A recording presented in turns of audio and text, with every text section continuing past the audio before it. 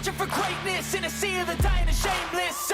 A sea of the aimless. I don't wanna be one of the nameless. I'ma wake up with the mindset that one day I'm gonna make it. And I don't think I'll be fine if I don't break my limitations. Don't try to stop me, I exist to write my own story. I'll make a decision if I want some peace or if I want the glory. Yeah, don't want a life that is complacent or possibly boring. I just want a life that is worth every day exploring. My whole life I just wanted someone who would notice me. My whole life I just wanted to be somebody to be. Yeah, I just wanna be great. Yeah, I just wanna be great. Yeah, I just wanna be great. Yeah, yeah, I just wanna be great. Yeah, I just wanna be great. Yeah, I just wanna be great. Yeah, yeah,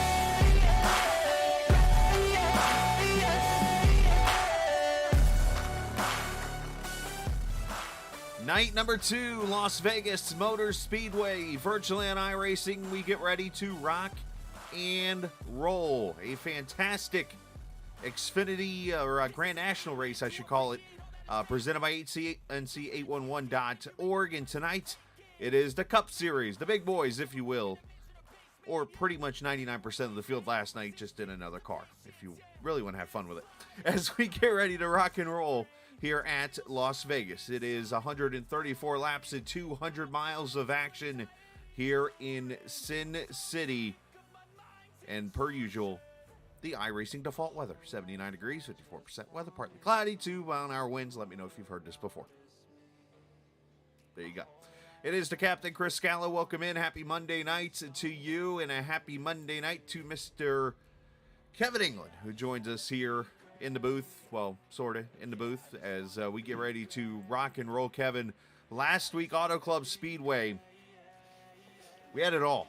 We had some cautions at the beginning. Then we opened it up for a while. And then we had a bunch of restarts to the end to try to get to the finish. And Josh Parker ended up going to victory lane tonight, Las Vegas. 1.5-mile track, a little bit newer pavement, all of like 9 years newer. Do we expect the same?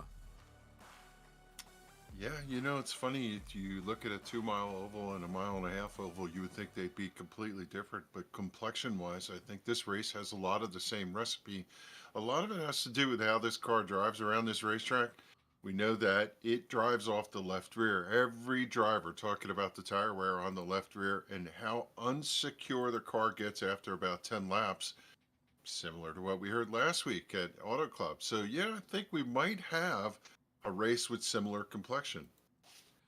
It is going to be a multi-groove track. As you see in the background there, Scott Stenzel is up in the, well, somewhere you shouldn't be. The Larson line literally at the top right there in this battle. So before I show you the point standings in this race, I do need to throw a little correction out there because thank you, Mike Kelly. He caught this last night. And lo and behold, you get so much going on that you start making sure and thinking you got everything right, and then you don't. The point standings, as you saw last night, I showed the top 10 and said the playoff battle for 10th. Lo and behold, in the Grand National Series, it is a 16-spot playoff. In the Cup Series, it is a 20. So I apologize for misleading everybody the first couple races here, but I promise it's right on the screen now. And this is your playoffs entering tonight. The top 20 all the way down to Joey Jatina in the 20th position. Only 41 points separating first and 20th right now. And then the bottom 5, Scott Simley, Wesley Donaldson, Nelson Rivera, Doug Roth, Doy Woods. Those are 21 through 25. Now, there are some prerequisites that will either get you into the playoffs or not into the playoffs. Like last season, Rivera came up one race short, actually, in the maximum races needed to be ran to make the playoffs and that kind of thing. So there's those little factors. But right now, that is literally the top 20 in points and top 25, actually, if you look at the bottom below the cut. So got some very tight battles. We've had two winners in 2 races. I guess the question comes down to now, do we go 3 for 3 tonight, Kev? I think there's a pretty good chance for it tonight. This racetrack It really is about track position at the end, and I think someone's going to score an ace if they can keep their tires in reserve there and get a late race charge. I think there's a very good chance of a third winner in 3 races. And of course, with that being said, we could have a third pole sitter in 3 races, as it is time for the cars to get out here on track and race for the 811.org Pole Award. And let's see. This is my fun part. I get to pick a car. I see Pedro's out on track pretty quickly here. So let's jump to Pedro Mojica. He's usually a pretty sporty one to check out here. It's the 58 Trans Service, what's that? Chevrolet, the way the nose looks there. Camaro, as some people like to call it, comes to the green flag here.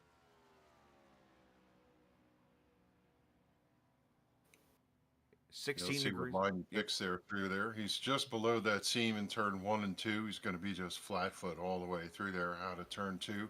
Swings it way out wide to the fence. Yeah, the reason why they're down on the seam like that is because it's lower bank there. And we'll look at, you know what? I think he's almost throwing that lap away maybe and going to lap 2 here. But the reason... Discussion 2 was better. Yeah. The reason why you do that is because it actually de-wedges the car on the banking because of the 2 different sides of banking. As right now it is Doy Woods to the top. Let me get my timing and scoring fixed real quickly. Yeah, Pedro, he's pretty much running the same line as he did the first one. Now here To the on, bottom. the bottom here, carving 3 and 4, so you can see that this is his qualifying lap. He'll cut it down low, come down to the apron, make the track as short as possible, and scoot across, and he's going to slot in there. Well, Third. right on the pole for right now. Well. And then as soon as you say Yeah. that, everybody else pops. Pretty much everybody went to the pole at one point there. Charles Woods, I just saw purple. I was going to say, are we about to have an upset? But Charles goes 7th. Tommy Ryan to 8th. Well, look at these times. Everybody on top of another. Gonzalez with a 60. Still got 2.5 minutes to go here. Let's see who else has not ran a lap yet. Tyler Dalton's usually a pretty good one. So let's check out his number 19 ride in the 811 car. Yeah, if there's anybody going to challenge here, Tyler Dalton is the king of poles. 6th right now. Yep. 30.6326 on the board. That's lap number 1, so let's see what happens. He threw it out. He's done. Oh, he's done. That is lap 2. My bad. No, he said 1 and done. Man, Mike Kelly to the top. 30.58 for the 2 car. 18 to the line hustle in that car. See where he puts in. Oh, where is he at? There he is. Bentley. Oh, he's I had to look for him. I'm like, Bentley! yeah. Out of turn 2, he comes. Let's see what kind of time he's going to slot in here. Tell you, I was thinking, Chris, watching practice, seeing how fast Kevin DeBrown is. Underrated driver. Very. Not consistent, but fast just about everywhere he goes. I wonder if this is going to be the year where he could put the package together. Well, he's definitely had his struggles over on the Grand National side. He's had some rough races over there. He's definitely ran a lot better here over on the Cup side. So, yeah, hopefully he can keep his momentum going. Should update Brian Macklin up to 10th, John Higman to 17th. But yeah, no, I mean, Kevin's looked good here in the Cup side of things. And I know he probably wants to go, you know, both ways, have both cars running well at one time. But unfortunately, that's not the way it's been here so far as Bentley crosses the line, jumps to 16th. So 1 through 18 right now, less than a 10th separating. Yeah, not sure if he's going to be happy with that. He ran a 35 in practice, which would have put him somewhere around in the top 10 there, and he just couldn't match it as we see the last couple cars. Justin Mons clearing across the line. Where does he slot in? He's going to be down in the stack. Yeah, 25th for him, unfortunately. Looks like Gerald Livingston, Doug Sigmund, Brian Wortman, surprise. Josh Parker, surprise. Not going to run a lap. Doug Roth looks like maybe got the wall both times because he did not get a lap at all, it looks like. Charles Van Schaik didn't run a lap, and Anthony Calantoni without a lap, unfortunately. So that looks like is going to do it. So Mike Kelly is going to score the 811 Call Before You Dig Pole Award. So this gives us a chance. Let's bring Mike up here and have a chat with the Turn 1 hero driver who's looking to have a great run tonight as Mike joins us here, man. Nice job with the pole award again. You seem to have this pole award thing down. Can you turn it around for 134 laps tonight? Thanks, Chris. I'm speechless again. I can't believe it. Now I know what Ryan Newman used to feel like. But yeah, it's good. Good to get this track position for sure. No doubt about it. I think I'll have a good car for tonight. It's going to be slick, and we're going to have to maintain our tires. Possibly a fuel mileage race. I mean, it could be possible to go 67 laps. Wow. I can't do it. I'm not going to try to do it, but might see a few guys do it. So going to be a good race. That would be 100 miles on a tank of fuel, which would be very interesting. Yeah, I'm watching everybody scatter. It looks like a fire drill going on pit road right now. No, great job on that. And we've decided here all of a sudden, my producer in my ear, in case you hadn't figured out, that's me, has decided that every time you win the pole the rest of the season, in honor of Ryan Newman, we will have Kevin sing Rocket Man. All right. I'll look forward to watching that. All right. Rocket Man. And also, I want to know who said I'm the first guy to pit. Oh, might have been me. I just go off Well, trends that I've noticed. No, it's basically true. Hey, I just I'm look not at arguing trends. it. I'm not arguing it. I was just wondering. I was gonna say, is he getting offended that I said that? I mean, it's usually like flip a coin between you and what's his name there, Eric. Some reason Eric decided to go a little longer on tires, and I think it bit him last night. But For me, that's a combination of half the time I burn them up too fast, and some of the times it's just that it's maybe a fuel mileage race, and I hate trying to save, so I Right. just usually go to the strategy where I can run as hard as I want. well, very good, man. Well, great job tonight. Go lead him to the pole, and we shall talk maybe in victory lane tonight. That'd be great. Thanks. Have a great Hey, broadcast. you too, buddy. As we actually have the starting lineup going across the top of the screen, something I started last night, and I thought it worked out pretty well. Nice. But it is Mike Kelly on the pole. I guess I should share my screen so that Kevin's able to watch what I'm doing. And put me back. And put Mike back, yes, because Mike will literally yell at me on the air No. if I don't. Yeah. So, pole-wise goes to Mike Kelly. Congratulations to him on getting his second straight pole. So, he's pretty good at this Pretty good. pole, I would say, when it comes to outside of the grid. Did Bob Gillenwater have an issue? But anyways, Mike Kelly going to start, or Kevin Brown going to start second. Jose Gonzalez, Chad Coleman there on row 2. David Comstock and Pedro Mojica there, row 3. Tyler Dalton and Doy Woods there on row number 4. And row 5 got Richard Beasley and Brian Macklin. Stenzel and Woods going to be 10th and 11th, 12th, 13th for Tommy Ryan, Mike Chala. Scott Simley going to start in that 15th position, 16th for Bentley Glazer, Robert Fryery III, John Higman Jr., Eric Arnold, and Joe Hudson round out row number 10. Row 11, you got Donaldson and Yoakum, Joey Jatina, Glenn Campbell there, row 12, Casey Duncan and Jose Funky Cole Medina there, row 13, Jeff Ryan, Nelson Rivera, Bob Gillenwater. Rough start for him tonight in the 14th row. It looks like Nelson Rivera there as you see the rest of the lineup go across the top of the screen. 134 laps, 200 miles, 3 sets of tires, 100% fuel, and a green flag about to wave in 2 seconds. Green flag out in Vegas for the Cup Series. Know what you know here is that these drivers are going to run the first 10 laps probably flat out here, Chris. They got good grip in the car. They want to maintain their track position. We're going to see 2, 3 wide. You could be pretty brave here when the car sticks through the corner, but after 10 laps, we expect these cars to get pretty evil. Yeah, they're going to get very loose very quickly. And, of course, our cameras tonight presented by TrackCams22.com. They are online on Facebook and in the iRacing forums at TrackCams22.com. As Justin Mon started the race on pit road, and Mike Kelly starts the race in the lead as he leads lap 1. Kelly jumps out to the early lead. Good run coming up out of turn number 2. He's got about 4 car lengths over Kevin DeBrown, who's covering that position under assault from Jose Gonzalez. Jose right there to the lower quarter panel, tucks in.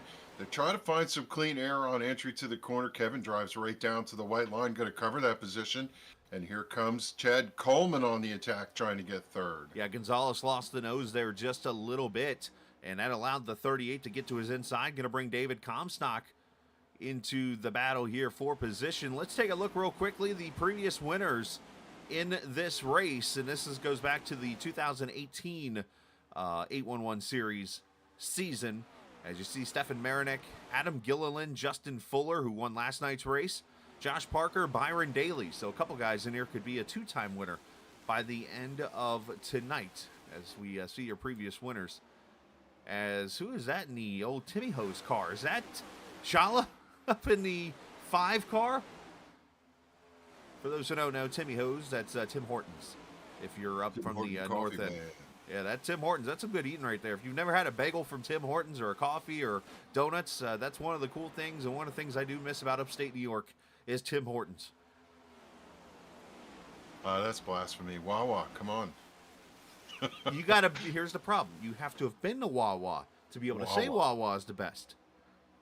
I've never been to a We have Wawa. Quick Tech around here too, which is pretty good. But all three of them rank pretty well. Sheets, Never had Sheets. Never had, what's the other one? Bucky's. That's a big deal now. Never had any of those. For me, it's pretty much Racetrack and Quick Trip around here. It's just great to see these cars being sponsored by names that we know, and love to see Right. Wawa and some of the others out there. And yeah, he's given a good run here, Mike. He's running in 6 right now. He's in good company with some really fast cars making the run on the outside. One of the things we know that these drivers talked about is pacing themselves. Yeah. We said that there's the potential for a long green flag run. Ooh, nice run. In the case of this, you really need to take care of your car and the tires early. If you run the tires off, boy, you're gonna sink like a stone. Well, a couple things that happened last night in the race that I think hurt a couple of people is they split the run literally half and half. They did a one-stop strategy. It was 120 laps last night. You had, of course, I forget his last, Thomas Lewandowski. He and Jose Gonzalez split the race in half. Jose ran out of fuel in turn 3 on the final lap. Thomas made it to the finish, but ended up right back where he started pretty much in 6. So I think the advantage tonight will go to the guys who do save their tires, but I think you just go ahead and split this race in 3, run 60 or run, 50-50 and run to 34 afterwards. I think that's your right way you could go. You could also do a 3-stopper, 40-80, 120, or you could do 40-80 and go to the finish. Either way works from there, but I just think you got to keep it simple. I know it's easier said than done, but I tell you right now, this Timmy Hose car is on the move. Mike Shala just shot through a cannon from 14th to 1st. What tires? He gone. How about that, man? That is hole in the mail here early on. Now we'll have to see whether he can hold it. There's another driver going the other direction, which is the 26 of Jose. And if we want to talk about somebody that'll play that fuel mileage game, Jose is a guy. He's just kind of pacing himself right now. Drop it back to the back of this first pack as they've singled filed out here, which leads me to think that this entire front group, yeah, they're going to have a long green flag run in the middle of this.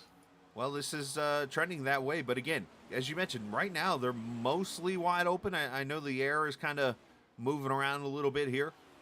But I think here as we go, you're going to start to see us, our voices are going to raise a couple octaves. I know that's what happened last season here, and I expect it to happen again. But I think another factor that comes into this is when you look at the series in general, and I'm talking about Sim500. So back in October, I think it was, is when we ran the Las Vegas race in the playoffs.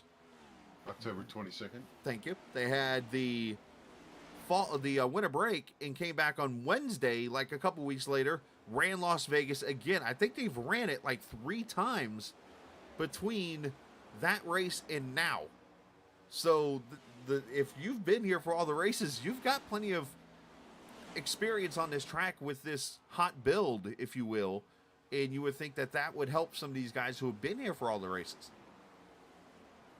Yeah, but you're in an ever quest to find some speed here. You're running right on the ragged edge, and no matter how comfortable you are with this track, it kind of reminds me of a Kansas, a Chicago, it's that type of racetrack where you're running hard. As I think we got one up in the wall over here. Who's this? The 71 of Casey Duncan lost it up out of turn number 4, collected it, but I'm going to look back and see if he got a piece of the wall. Yeah, I think he slapped it.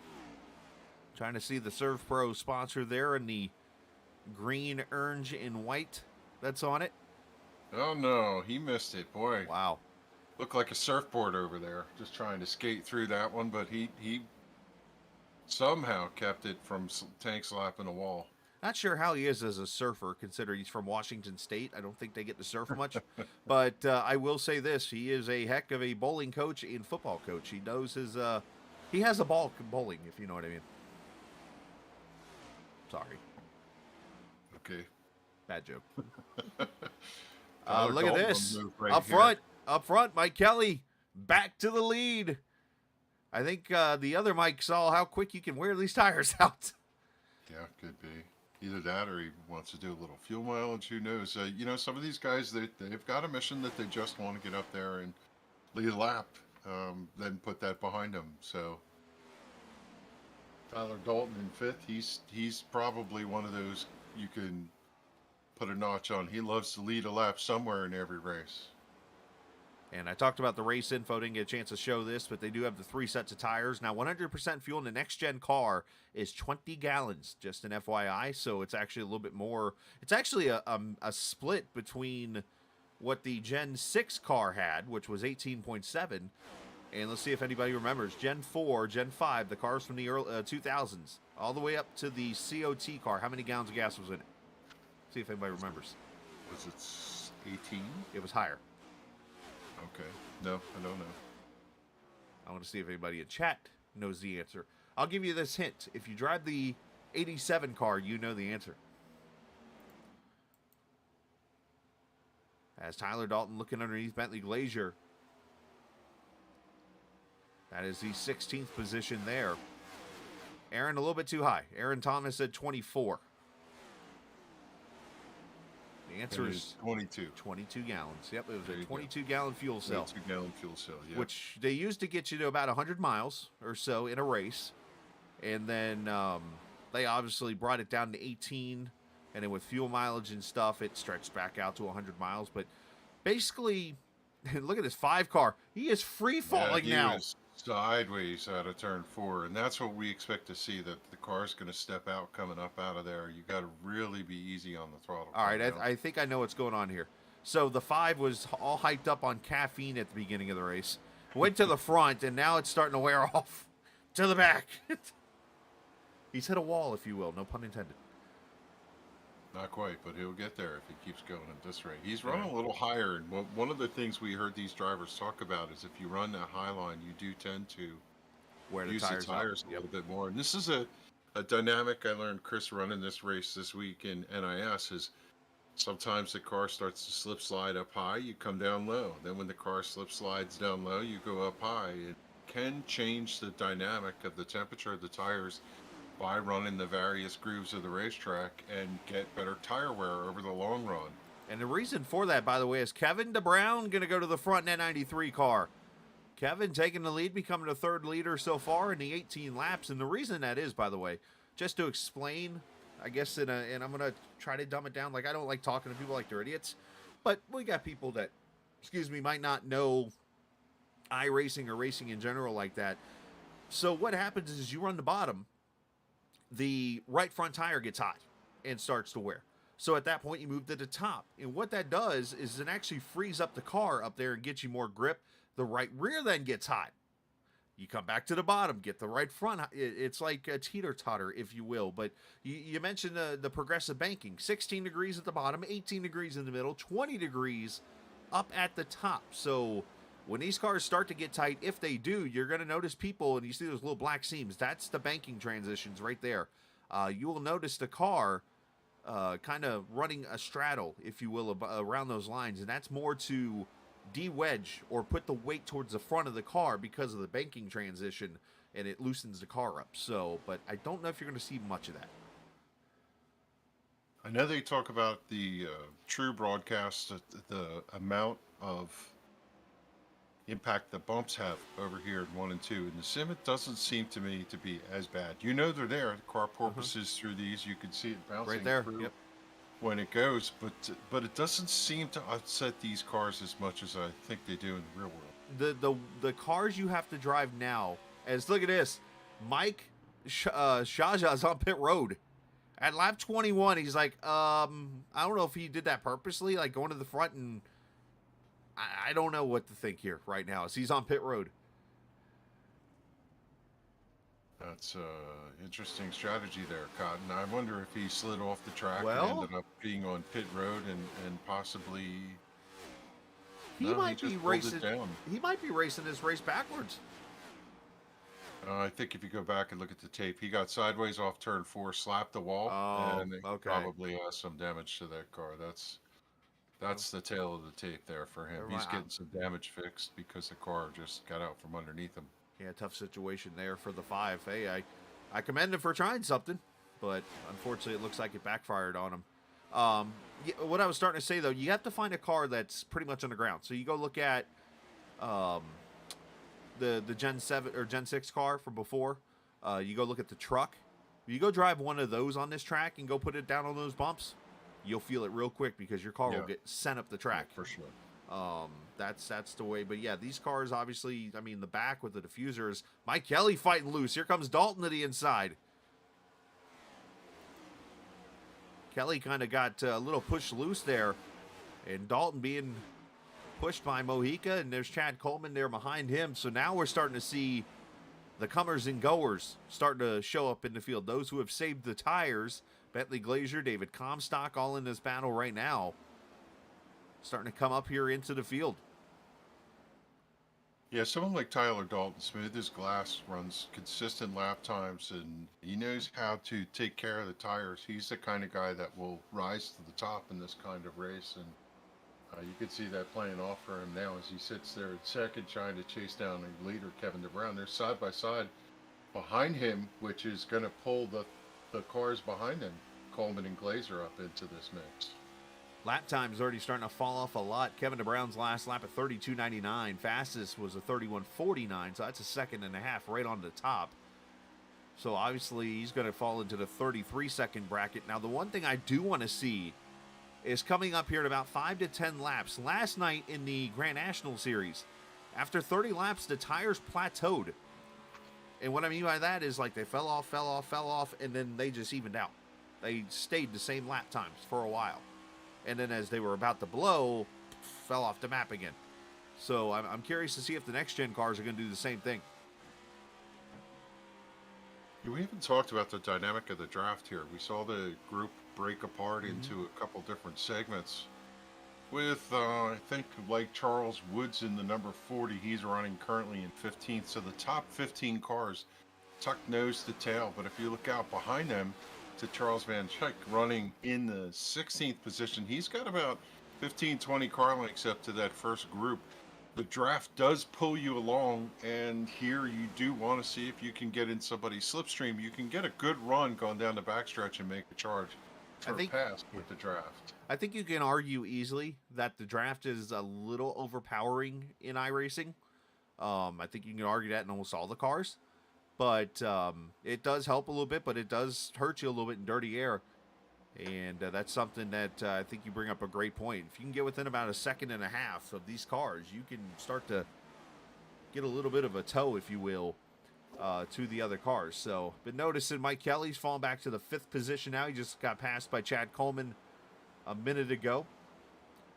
As we come up on the 28 lap mark, Mike Chaja is still on pit road, so I think he is probably going to call it a night, it looks like, unless he gets back out there. Unless he had heavier damage, maybe broke a toe link. And up front, Tyler Dalton. Topside Tyler. You see that back end just dancing. Got such a good run coming through. He was able to pull and clear. He's not going to go side by side down into this corner, pick and choose the lane, and his spotter will be telling him P1 when he crosses the line over here. Jose Medina making a pit stop here. This could be a strategy move.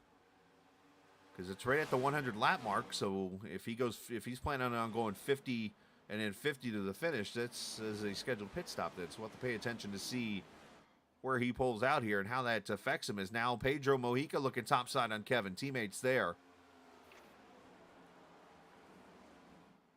Kevin was up top 11 circuits. That puts him in the lead, basically, of who led the most laps so far, with Mike Kelly leading 10 net here as Tyler Dalton pulls up to break the draft from Kevin DeBrown, who's trying to suck in underneath him. Pedro right there in third. He looks like he's getting a little racy as he comes to the outside quarter panel. You can put the side draft in play here, Chris. A lot of drivers do it from the bottom, not the top, but if you get that run off turn 2 like Pedro has right now, you can set sail and see if you can pull somebody by the time you get to turn 3. Now, obviously, the next-gen cars, when they were released, and I wonder if that could come in this update that's coming tomorrow, by the way, update your computers, that the side draft in these next-gen cars are actually, it's a lot more powerful here than it is in real life. I mean, you almost have to touch the car in real life to get the side draft to work. Here, you can actually still lean down on the car like you used to be able to and make it work. As you see the field now starting to really kind of spread apart. Medina, by the way, still on pit road, so he must have played tag team with the wall. But just want to mention a couple. Pretty clean. Yeah. Oh, yeah. I'm surprised we're not seeing drivers losing the handle up out of turn 4. John Higman sideways over right there. On cue. Hey, call 811 before you dig, by the way, Mr. Higman. I saw you in the infield there. Yeah, he should know what's below, man, because he was heading for the infield grass. He did recover, though. He's going to lose a good handful of positions, but enter back into the fray. Up front, Mojica. To the bottom. I was going to point out Josh Parker and Van Schaik moving through the field, but yes, sir. As I look at that, I look up and there's a battle for the lead as Mojica takes the lead. So that's what, lead change number, 6, I think, off the top of my head? Yep, number 6. Kelly, Chaya, Kelly, Brown, Dalton, and now Mojica. There's a test at the end. Trying to be an A student here. And now Kevin DeBrown, who's starting to get a little tight underneath the 58 there. Very easy to do at this Vegas track is to get tight on the bottom. Remember, lesser banking down there. I'll tell you, look through, and we were just both talking about it. The 81 came from 35th, and currently right now running in 12th. He's got that big gap to make up to that front group, but making some time with these guys. Scott Stenzel knocking on the door for a top 10 there. Darrell Waltrip is needed in the press box. Mike Chaya just checked in and said, and I quote, "My wheel came loose." Oh. Picked a fine time to leave me loose, will you? So, thank you. Yeah, that's going to happen. He said, reminder, don't send it at Vegas. Mike, I was wondering what happened because it was literally like I explained it earlier in the broadcast. It was like you had some Tim Hortons coffee, which is really good. 4 cream, 4 sugar. I always did it. I think that's part of my problem. But I was wondering after 12 laps, did the coffee wear off? Man, it's like I want to show other battles, but this top 6 or 7 cars are not separating. Yeah, there's some pretty stout competition right there in that group. He said rocket fuel, French vanilla. Oh, there you go. That's frou-frou coffee. I'm sorry. Hey, everybody's got their preferences. I won't judge. All I know is I remember their cheddar bagels were awesome with cream cheese. That was before I figured out I was lactose intolerant. That's not a good combination. No, it wasn't. And unfortunately, it took me a while of finding out the hard way, and I'm not going to go into any more detail or else I'll discuss people. Charles Woods under attack. Bob Gillenwater to his inside. Mike Montesi there in the 6th. This is back here at the 19th and 20th position. So now you're really going to start to get the comers and goers, as I mentioned, with the tire wear and all the different elements happening. Here comes Kevin DeBrown back into the mix. He just dived underneath and pulled up. back to P1. He relegated Pedro back to second. He's led 11 laps so far, and this wants to lead him a little bit more. That's what I was saying on the outset. I was watching Kevin in practice. He looked fast, consistent. He was good on the long run. Did not look like he was abusing the car. And I'll tell you, he's been smooth as glass here tonight and knocking on the door to get a win. Yeah, he's doing a pretty good job of that. Let's look back here. After last week's quote-unquote slip-up, we stayed away from that, but it just still sticks there. Yes. You know what I'm talking about? I think so. As we watch Higman and Robert Furry back here, 16th, 17th position. And you got the 91 back there of Wesley Donaldson. I see that 91. I couldn't help but think about last night with Fuller going to victory lane. He had a big old 91 on his hood, and I didn't put two and two together during the broadcast, but he paid honor to Steve Gottschalk, who passed away during the offseason. He was a member of this league and one I remember from other leagues too, and broadcast his races then. And it was really cool to see the 51 with the 91 in victory lane. Yeah, very good. Very good tribute there.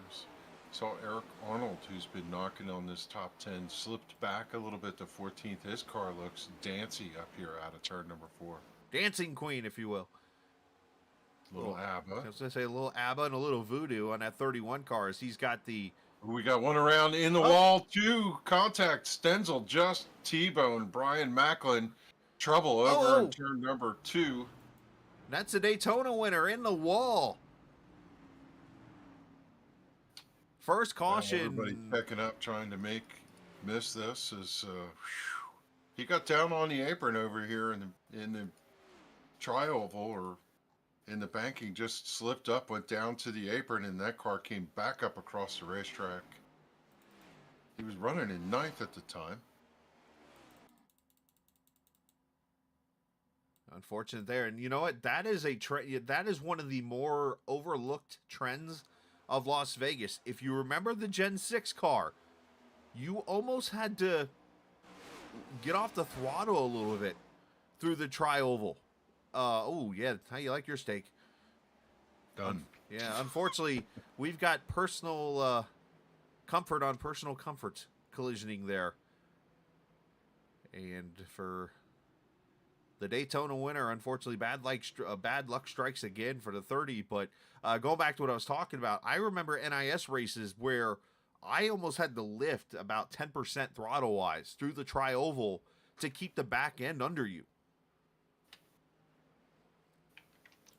I know exactly what you're talking about in the context of the way that feels down there. Every once in a while, you just turn the car in incorrectly at the start-finish line, and the thing steps out, and you wonder where the heck that came from, but you end up chasing it all the way to turn 1. In this case, score 1 for the turn 1 wall is Brian Macklin. Old three-peat did not have a good occurrence over there, and collected his boss in the interim there. Feeding time at the zoo, you know that every single driver, while they didn't want to see that caution, loves the 4 tires and fuel they're going to get. Yes, they do, and looks like it's Kevin DeBrown winning the race off pit road. Mojica going to be second. Tyler Dalton, Mike Kelly, David Comstock looks like going to be the top 5, and I think that's going to lead us to some very interesting racing coming up these last 90 laps here of this race. We're going to step away for a quick second here from 811. Come back, get you the green flag from the Las Vegas Motor Speedway. It's Sim500 on the Captain Esports Network. If recent storms have caused damage to your property, contact 811 before you begin your cleanup. Buried utilities around uprooted trees can make a bad situation worse if those lines are not located before digging. Electric, natural gas, and internet lines are everywhere, and knowing where they are is the safest way to start any digging project. Call North Carolina 811 by dialing 811 or by using single address ticket on nc811.org or the NC811 app.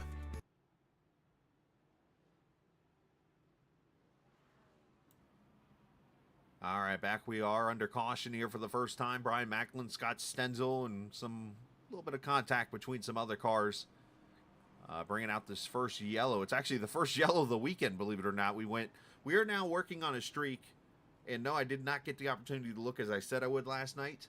But we are now working on a streak over in the Grand National Series of 200 plus laps. Actually, it's 220 plus whatever from Daytona of green flag racing in a row, which is awesome. And of course, that means that the 120 lap race last night at Vegas here went caution free, and here we are now, lap number 45, about to be in the books, and we're just getting our first caution of the night. So that just tells you, with a track that, as I pull up the number really quickly here, 123 degrees right now on track.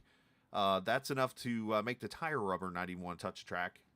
That basically, these guys got some pretty good talent driving these cars. So as we get ready, I think we're going to get one to go this time by. Let's pull Kevin up here really quickly. I about said Kevin, like the mom in Home Alone just now. As Kevin DeBrown joins us real quick. Kevin, you're about to get the green flag here in a second, but just wanted to chat.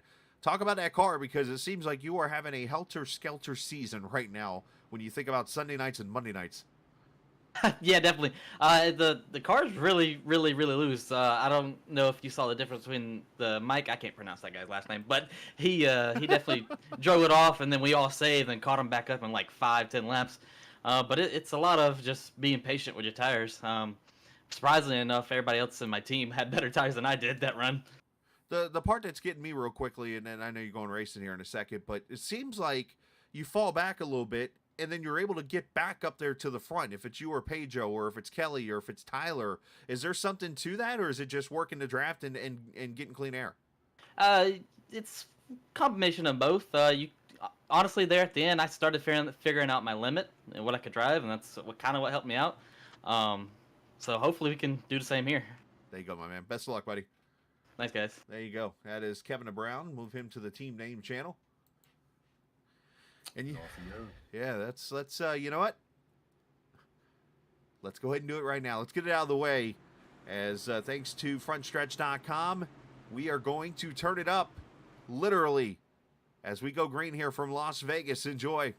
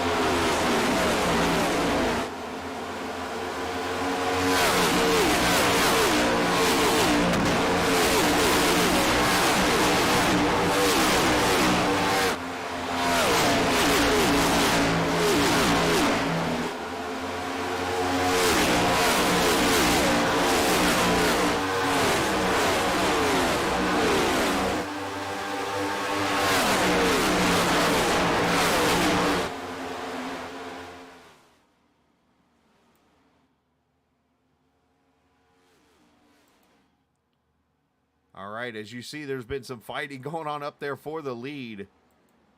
As Mojica, Kevin DeBrown, Tyler Dalton, and the guy leading now, Mike Kelly, in the 2-car, back to the front in this race. This has been some great stuff up front.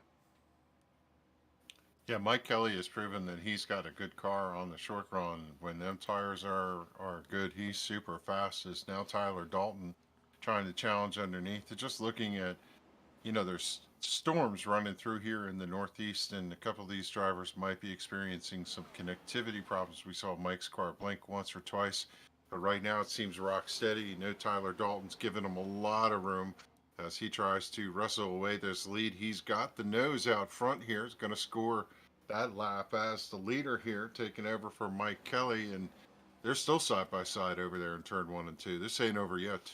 Now Kelly's doing a great job fighting, and again, you got the separation as Dalton finally clears. But I don't think Kelly's going to let that 19 get away as we ride on board with him. So what came to my head here during the little break we had is pit strategy. We had that caution at lap 44, 90 laps to go. Does that split this race now into 45-45, or do you go 30-30-30, or do we see both potentially?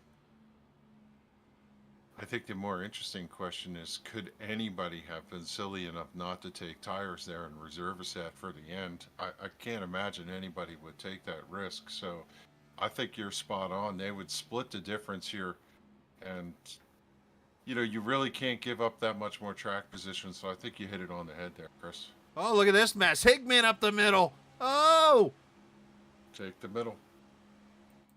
Stuck in the middle with you. As we see, Steelers wheel. John Hickman, we're hitting our 80s tonight, I guess, pretty well. John Hickman there in this battle with the 22, Nelson Rivera, the 44, Glenn Campbell, Montesi. These guys are back here fighting. How about Richard Beasley quietly hanging in the back of this top 10 all night long? Yeah. Todd Wright having a good run here. Known for super speedway racing, but I think people underestimate how good Richard is at some of these racetracks. And Van he's Schaik, having a good run. Van Schaik there in the 10th position, up 26 spots, so he's doing well. Josh Parker up 28-7. So yeah, we've got plenty of people that have come up through the field, and unfortunately, when that happens, you got people that have kind of free fallen. Charles Woods back 16 spots, Scott Simley back 10, Jose Gonzalez back 19 to 23rd right now. Appreciate the viewers watching. If you're new to the channel, hit that subscribe button, please. Or, of course, if you're on the Sim500 Facebook or the Captain Esports Network Facebook, we appreciate you. Hit subscribe or follow or whatever button there tells you to follow. Get your notifications turned on so every time the captain comes on the air, you'll be able to watch. If it's me wrecking in another league or something, or if it's these awesome leagues I broadcast, including Sim500, plenty of chances to watch. And go tell your friends. Here's a name we haven't mentioned tonight, Bob Gillenwater, running in that 11th position. We saw the top 10 break away from part of the field, and Bob is leading that train all by himself out there. If you look at his shot, he's got Joey Jattina probably 15, 20 car lengths behind him. Mike Montesi, a little under the weather tonight, but made the call, came out, and he's just trying to get this race over with and get one in the books as Trans-Service Ford is hanging tough in 13th after not feeling well all day long. Well, I wonder if he was feeling ill after last night. He had a tough deal with Doy Woods, and unfortunately they had some words after the race, and I won't say on the air, learned some terminology last night I've never heard before, but I'm not going any further than that. So, but yeah, they had some words last night, so we've had some little dust-ups, if you will, the last couple of weeks. Last week, you and I almost got in the middle of gunfire, if you will, between two drivers. It was like, wait a minute here. Not literal, but you know how it is when two guys argue and you just walk through the door and it's like, oh, did I come in at the wrong time? Look, in the heat of the moment, that's the way it's going to be. And I think later in the day, Mike reevaluated that and sent some messages, just kind of with an olive branch, just understanding what's going on. And at the end of the day, these guys might have their little interactions in some of these races, and like an elephant, they never forget, but they get along. There isn't a time that it's come when you've had a conflict with the driver on the track and Oh, You absolutely. always remember it, but a lot of times it's bygones be bygones. As Kevin Brown is just wearing Tyler Dalton out here. Yeah, he is all over him and looking to get around. It's like nobody wants to lead for more than 5 laps or something. I know it's not a fuel thing. It's kind of that's why I asked Kevin this question. It's like what's making this happen? Because it looks like maybe your tires are falling off and you start kind of falling back, but then all of a sudden you come back to life or something. But I hear Jaws music. Do you? I look back at fifth. Yeah. Mr. Parker is coming through. Yeah, I think there's an element of the draft that we were talking about, right? It just takes a couple laps for you to get that right run and then get that slingshot move where you come in, get the run down, you can make the charge. And most of the time when someone draws alongside you, it's not complimentary to stay out there and run the tires off the car. You're just going to settle in, let the things cool down. And then when you're tucked in behind them and you start picking up that slipstream, we were talking about how good the draft is. As soon as I say that, Dalton and Kevin are running side by side here for the laps. I'm surprised to see Dalton running this high side. I am going to go ahead and get this out since I referenced it earlier. Kevin! As DeBrown takes the lead. Home Alone. I referenced the movie. I got to get the Kevin line out. Got it. Yeah, I just he just turned- cemented that as Tyler Dalton finally yielded that high line and pulled in below the tire tracks of the 93. He gets a little loose up out of 4. That opens the door. And Pedro Mojica's going to drive right through it. Here comes a second. The one thing, and again, I think it's people are getting used to this setup with this car. You're not seeing the dancing cars that we saw in the fall race. Remember, we had cars, you and I were like, up, there's a save, up, there's a save, up, there's a save, there's a... We were just like every second. Tonight, we really haven't seen it. Knock on wood. I think there's a certain amount of how much throttle control. I said you're as much putting as he into gets the car. loose. I'm sorry. Yeah. You know, you're really careful about coming up off the corner. If you're not mashing that throttle and let the car roll off. Up, John and then you Fowler take with advantage issues. of the draft. John Fowler just mowed the grass a little bit there.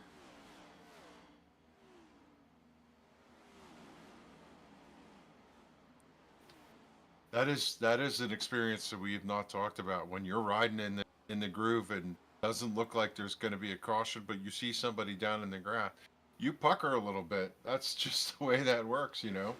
Well, it's one of those you start using your geometry skills and figure out, okay, it looks like he's going at this angle, at this Pinball in way. the And, corner pocket. yeah. right, pretty much. And the one thing about Vegas, and this is hardly talked about much in this situation, I want to bring it up.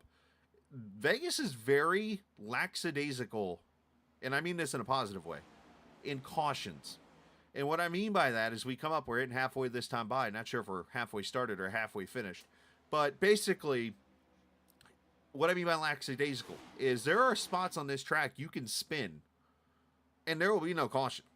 Right. Where if you were to go to Chicago or go to Kansas and you spin it in the same exact spot, caution comes out. As Pedro to the front, or at least trying.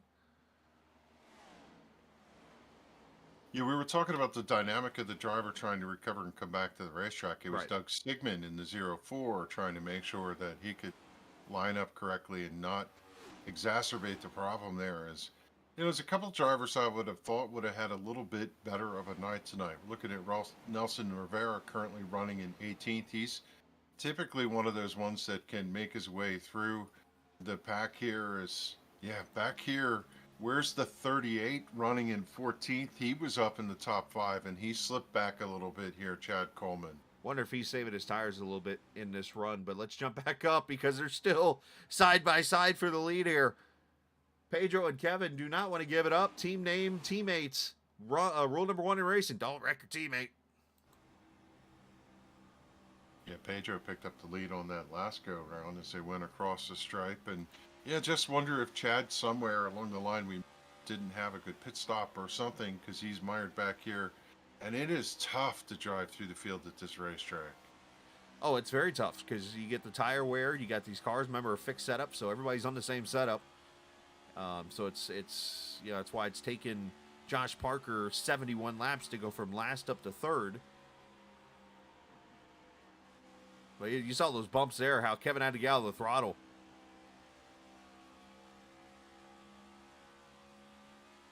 And then turn 3, obviously, you treat more like Atlanta's turn 3. You just kind of put it right down on that white line. Yes, you can go to the top side, but I'm so used to being on the bottom there. But just listen to the throttle.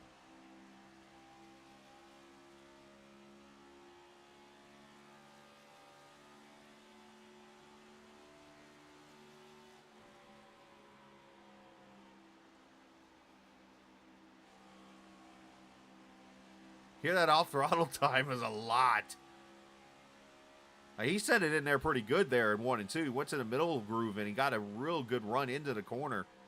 And I don't know if Pedro just more parked it because he's in that bottom lane or whatnot, but here he goes again, right up on him. This is what I was talking about. You start to pick up a sniff of the draft. You get into that back bumper. The car comes in, and if you let it roll through the corner, through the center, you can pick up and just keep closing the gap. And eventually you get one of those runs where the lane is open, squirt to the outside, and off you go. Well, I think you get the advantage to do that if you got your own groove. Like right there, Pedro, if you want to say pulled a Logano or aero blocked, that's basically what he did right there. That's what he's doing right now. Is kind of aero blocking. He's throwing the air back to Kevin's front end to where he don't get that momentum.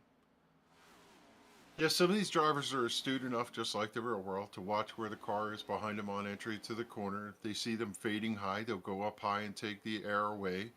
Other drivers in second will look and say, well, if he's going to run through the middle, I'm going to go down low and get air on that left front corner to help the car turn. You do play that aero game here. You try to suck him backwards and go sideways. As the 2 of Mike Kelly loose out of turn number 2 underneath Tommy Ryan. 2 veterans keep it together. Ryan going to take that position. He goes to 11th and is trying to come up to Charles Van Schick, who's having a great run in that number 23. There's a couple guys in this pack right here having a great run. Let's bring up Mike Kelly real quickly. He is free falling. Remember, he was leading early in this run, and it's fallen all the way back to the 12th position here. So not sure what the 811 car is up to, but it's definitely got the struggle bus right now going. But let's pounce up here to the 8th position. Glenn Campbell, who just passed Bob Gillenwater a second ago for 8th, has been running speeds in the top 5 right now, time-wise. Yes. The Rhinestone Cowboy. He's a smooth driver, Glenn. I've followed him a lot of times, and when you get in some of these long runs, he's one of those guys that drives away from you. It's characteristic of him, and his style is he's smooth as could be up off the corner and with the throttle. And that's saying something because the other guy right behind him, Bob Gillenwater, is in that same category. Bob has a great long run drive a lot of times in that number 4 car, and right now the 2 of them nose to tail trying to track down the 18 of Bentley Glazer. And I gotta say, if I'm gonna call a winner right now, how could you not call the 2021 winner Josh Parker? He has come to 3rd from 35th. And last night, of course, in the Grand National race, we had our first 2-time winner at this track. We had 5 races with first-time winners at the track at this track alone. And then last night, Fuller made it 2 for 2, so it's tonight Parker's turn. But going back to the Gillenwater conversation real quickly. Not that I have favorites in this league. Everybody's great. I've enjoyed talking to everybody. Joey's been awesome. Everybody's great to talk to. But when it comes to talking about the feel of a car, Bob Gillenwater, I've never heard somebody, even outside this league, explain it so precisely. Like, he will literally break it down to, like, every part of the corner. And say, you go in the corner, and then you get to this part, and you're doing this. And then you get to this part. Almost like Kyle Busch, so to say, if you will. And it's like, man, I wish I could do that. Because I'm more just, all right, yep, it's loose on entry. Yep, tight center. When I hit gas here, it's loose. He has such a distinctive voice, too, that you just can't help. That's fair, it's like too. Story time. That's fair, too. Listening to him. Hey, we gotta look at this up front. Do you see what we see? This is the first time the leader's been able to break away. He's got a 8-10 car length lead over Kevin DeBrown right now. Pedro, it's the biggest lead anybody's had right now. And Pedro's pretty good at saving tires. And you wonder if Kevin's burned his off. if Pedro just kind of sat back and said, all right, y'all go ahead and race. I'll see you on a little bit. But at the same time, remember, caution came out around lap 45. Yeah. So we're now 35 laps into this run. So we're getting to the point, I think in the next 7, 8 laps, you're going to see people come to pit road. Mike Kelly, Eric Arnold. Think I'm not watching. How about Mike calling me out like that, huh? That was funny. I'm looking at somebody that I'm shocked. Pedro. Or no, Jose. I was going to say, wait a minute. Back here in 23rd. Talk about struggle bus. Who would have counted this on here? Is Jose Gonzalez just not having a good race at all tonight? Yeah, you wonder if that car is just too loose for him in the long run. I've had that happen. You just reminded me of something. I ran NIS as Parker. Kevin Brown's coming to pit road. Whoa. I'll take this one for unexpected for 400. Alex, rest in peace. Kevin DeBrown, first one on pit road. But I was starting to say though was I did NIS for a while. I know I've at least made 100 starts in NIS. Period. My worst, if somebody were to ask me what was your worst race of all time, it was this track. I don't remember the exact season. I want to say it was maybe 16 or 17, somewhere in that range. But I literally got lucky because the car was so bad. I just was almost Sunday driving it. Finished 11th. But I argue that I was the slowest car in that race all day because it was so loose I could not control it. And so that reminded me of that when you said that about Jose. I'm like, man, I know how he feels. Yeah, it just looks like he's riding around. I've actually went back and watched part of his race just to see if there was some place where he got himself into the wall, and I don't see it. But Hey, yeah, just not having the race I would have expected out of him. Look Typically who's- pretty fast. look who snuck up the 4th. Yeah, We haven't said his name all day, other than when I mentioned a little argument last night. I was just kind of looking at him, and I didn't want to say it because last week. But of course, we're talking about the Haviland Ford of Doy Woods running 4th right now, having an outstanding run. What I was was this? just looking at it a moment ago, and I bit my tongue as Tyler Dalton slips down underneath. What was his It scheme isn't last my night? fault, Doy. I didn't say it. What did he run? He ran another scheme last night that was different. It wasn't the Haviland one. It was the. Oh my gosh, how am I forgetting this?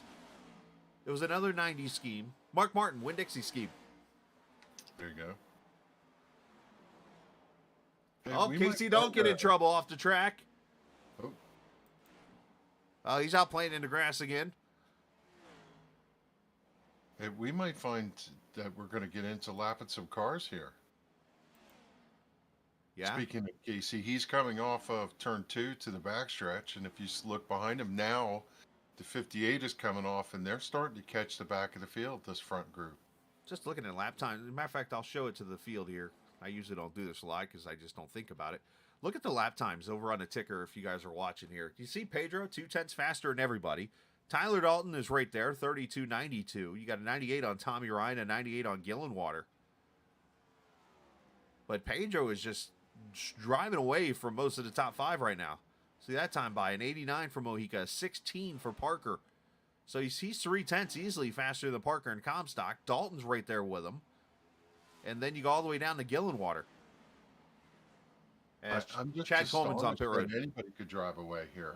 I would never have guessed that anybody would have driven off from the field.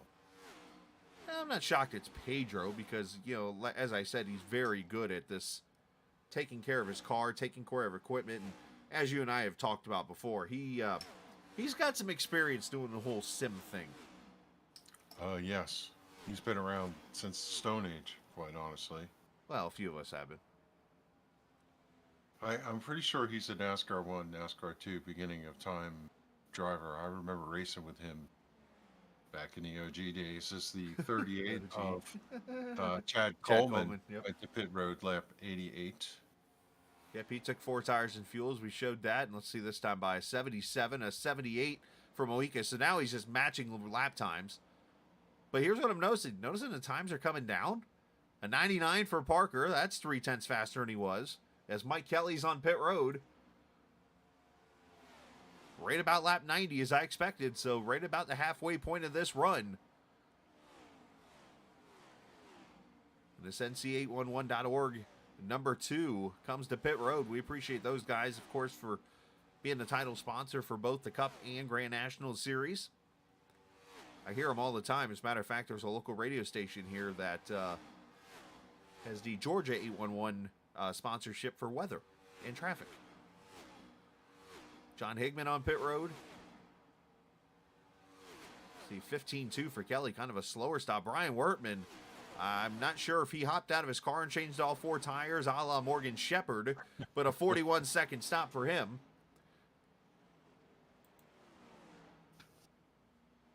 Haven't talked about Doug Roth tonight running 32nd, not the night he wanted, but the Dirty Monkey Motorsports Camaro.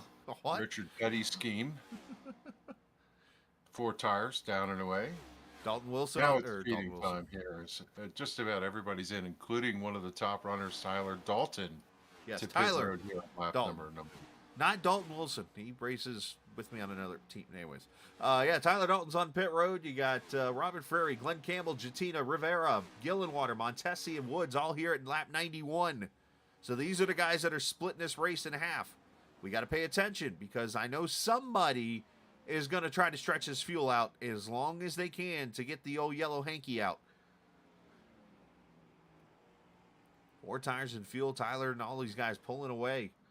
Doy Woods on pit road. Tommy Ryan, Josh Parker, Richard Beasley, Jeff Ryan. One of the trickiest pit roads to get on. Yeah, we haven't talked about Jeff Ryan tonight either. He's just kind of out there doing his thing. Same with Ron Hollifield. He's on pit road right now. Leaders just in. Kind of quiet. Yep. And then leaders in now too. Top 3 are in. Mohica, Comstock, Glacier. I mean, if you're a driver sitting down like 15th or 20th in the points, after 2 races, you've had a struggling start. This is the opportunity. Run this thing long. Hope for a caution. Maybe your fortune changes. Yeah.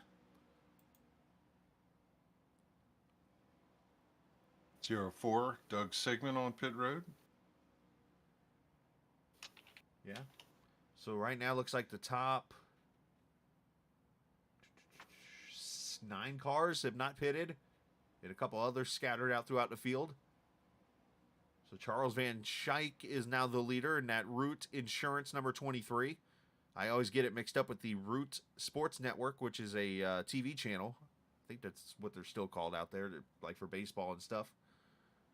But I saw that logo for the first time on Bubba's car, and I'm like, wait, the TV network sponsoring a car? But it's the insurance. As Charles comes to pit road. That's going to hand the lead to Wesley Donaldson in the 91. Donaldson picks up the lead, becomes the 16th different leader of this race. It's great to see. WDB diecast Camaro. This is where you get in trouble, though, Chris, when you have all these cars who have fresh tires and you're out there like 6 miles an hour, 100 miles an hour pace. This is where you got to be. It is, and you got to be predictable. That's the one thing you can do here. And here's Wesley coming to pit road. You got to be predictable when you do that. If you got cars coming around you, obviously the best thing you could probably do is just move to the middle groove, let them go below you, and make the pass. If they're coming 2 and 3 wide, don't adjust your lane because of other cars coming. Adjust your lane so that the cars coming, 5-10 mile an hour faster into the corners can say, all right, he's going to run middle. I'll go top, go bottom, and make the move. Because if you mirror drive, you're going to be the next caution. Scott Simley's going to pick up the lead. Have we said his name tonight? We have not. His Comstock just ran a 30.72, fastest lap of the night. And there's the old Heine car. Scott Simley has had the helter-skelter of luck a la Kevin DeBrown, except the opposite. He was entering last night's race 3rd in points, where in this race he's entering like 20th. Donaldson's service is done. He's down and away, giving up that 5th position, and see where he slots out when he comes back out here. Yep, Gerald Livingston on pit road from the 9th position, I think he was running.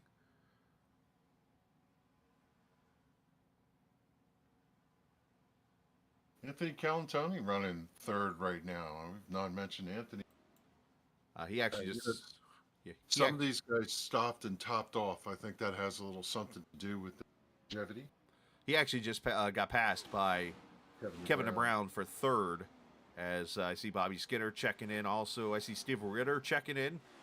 Skinner posting something earlier. I think he went on a little rant on Twitter. I don't think I pay attention, Bobby, about how he being a New York fan, that if they were to get rid of Saquon Barkley instead of Daniel Jones. Anyways. How about Simley just keeps putting the laps down here? Joe Hudson also on that same strategy, running in second. Who else has watched, by the way, tonight? Saja, of course, Matthew Cloquet cheering on Richard Beasley tonight. Aaron Thomas, I mentioned. John Doe actually watching, believe it or not. Here comes Calantoni to pit road. Yep, Calantoni is in, the Talking Giants, number 84.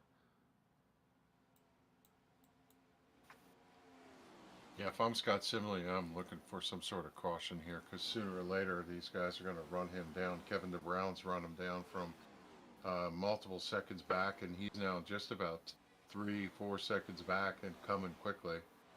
You got to remember, Kevin was the first one to pit. Yeah. He went into pit road there around lap 83, and all the rest of the leaders pitted around the lap 89, 90, like we were talking about, as Simley pulls off and heads to pit road. Yeah. And that'll wrap up the pit stops. I was about to say, Simley's going to be that guy that runs this thing out. And I think he got to that point here. That's 55 laps on a tank of fuel. So, yeah, that'll give the lead to Kevin DeBrown. Now, here's where we got to pay attention. Kevin DeBrown pitted 11 laps earlier than Pedro Mojica, 10 laps on Parker. So he's got about a 1.8 second lead that is going to evaporate about as quick as I hit the button to go to his car.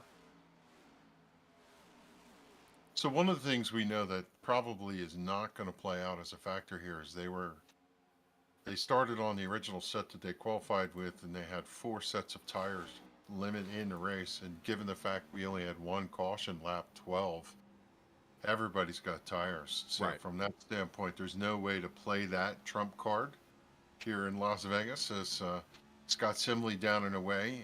He's going to slot out somewhere back around 20th when he comes back to pace. I've actually got him 32nd. Yeah, he's back. They just keep rolling around him, but he's got the freshest tires by far of anybody else, so I suspect that he needs he'll be able to make a little hay here. He needs this race to go green, as somebody behind Mojica just sent it into the corner. I think it was Parker. I was looking through the rear. Well, in this, it's a mirror, but in real life, it's a camera. But as Mojica just took the lead, by the way, from Kevin DeBrown right there. As you saw him slide on past, you see up in the mirror, DeBrown going to pass, or Parker going to pass DeBrown right there for second.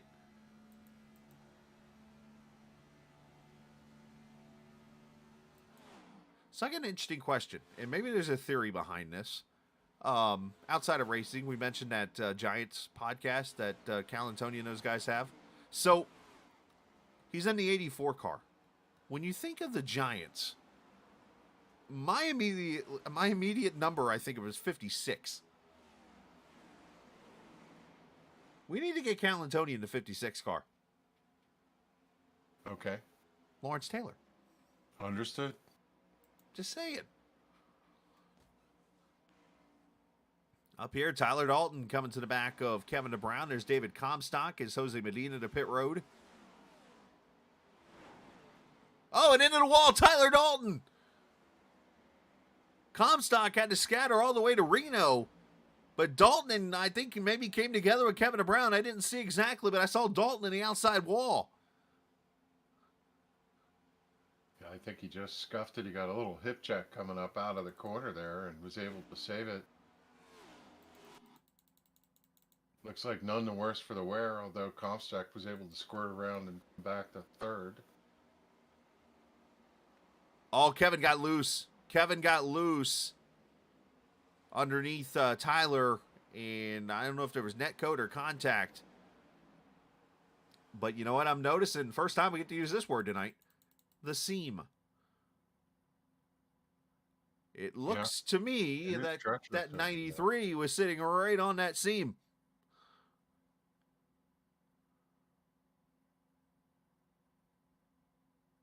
Right there, Yeah, I left bet rear Kevin tire. Stone, Kevin Stone had a front row seat to that. His eyeballs must have been big as saucers coming through there. He might have a kidney stone after that. So there you go. Excuse me, pardon me, coming through. So 107 Yes, laps sir. complete. You got some of these cars that pitted late, and they're trying to make their way back in lead lap.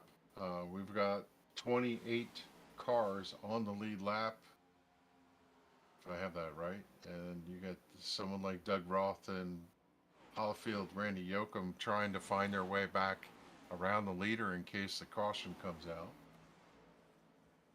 So Pedro Mojica 2.1 as we watch the battle here for 14th. Joey Jatina and the 23 is in this battle of Van Schaik, Rivera, Montesi.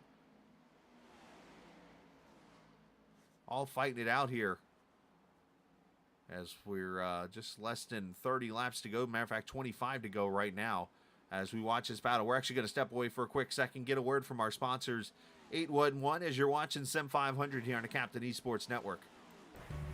If recent storms have caused damage to your property, contact 811 before you begin your cleanup. Buried utilities around uprooted trees can make a bad situation worse if those lines are not located before digging. Electric, natural gas, and internet lines are everywhere, and knowing where they are is the safest way to start any digging project. Call North Carolina 811 by dialing 811 or by using single address ticket on nc811.org or the NC811 app.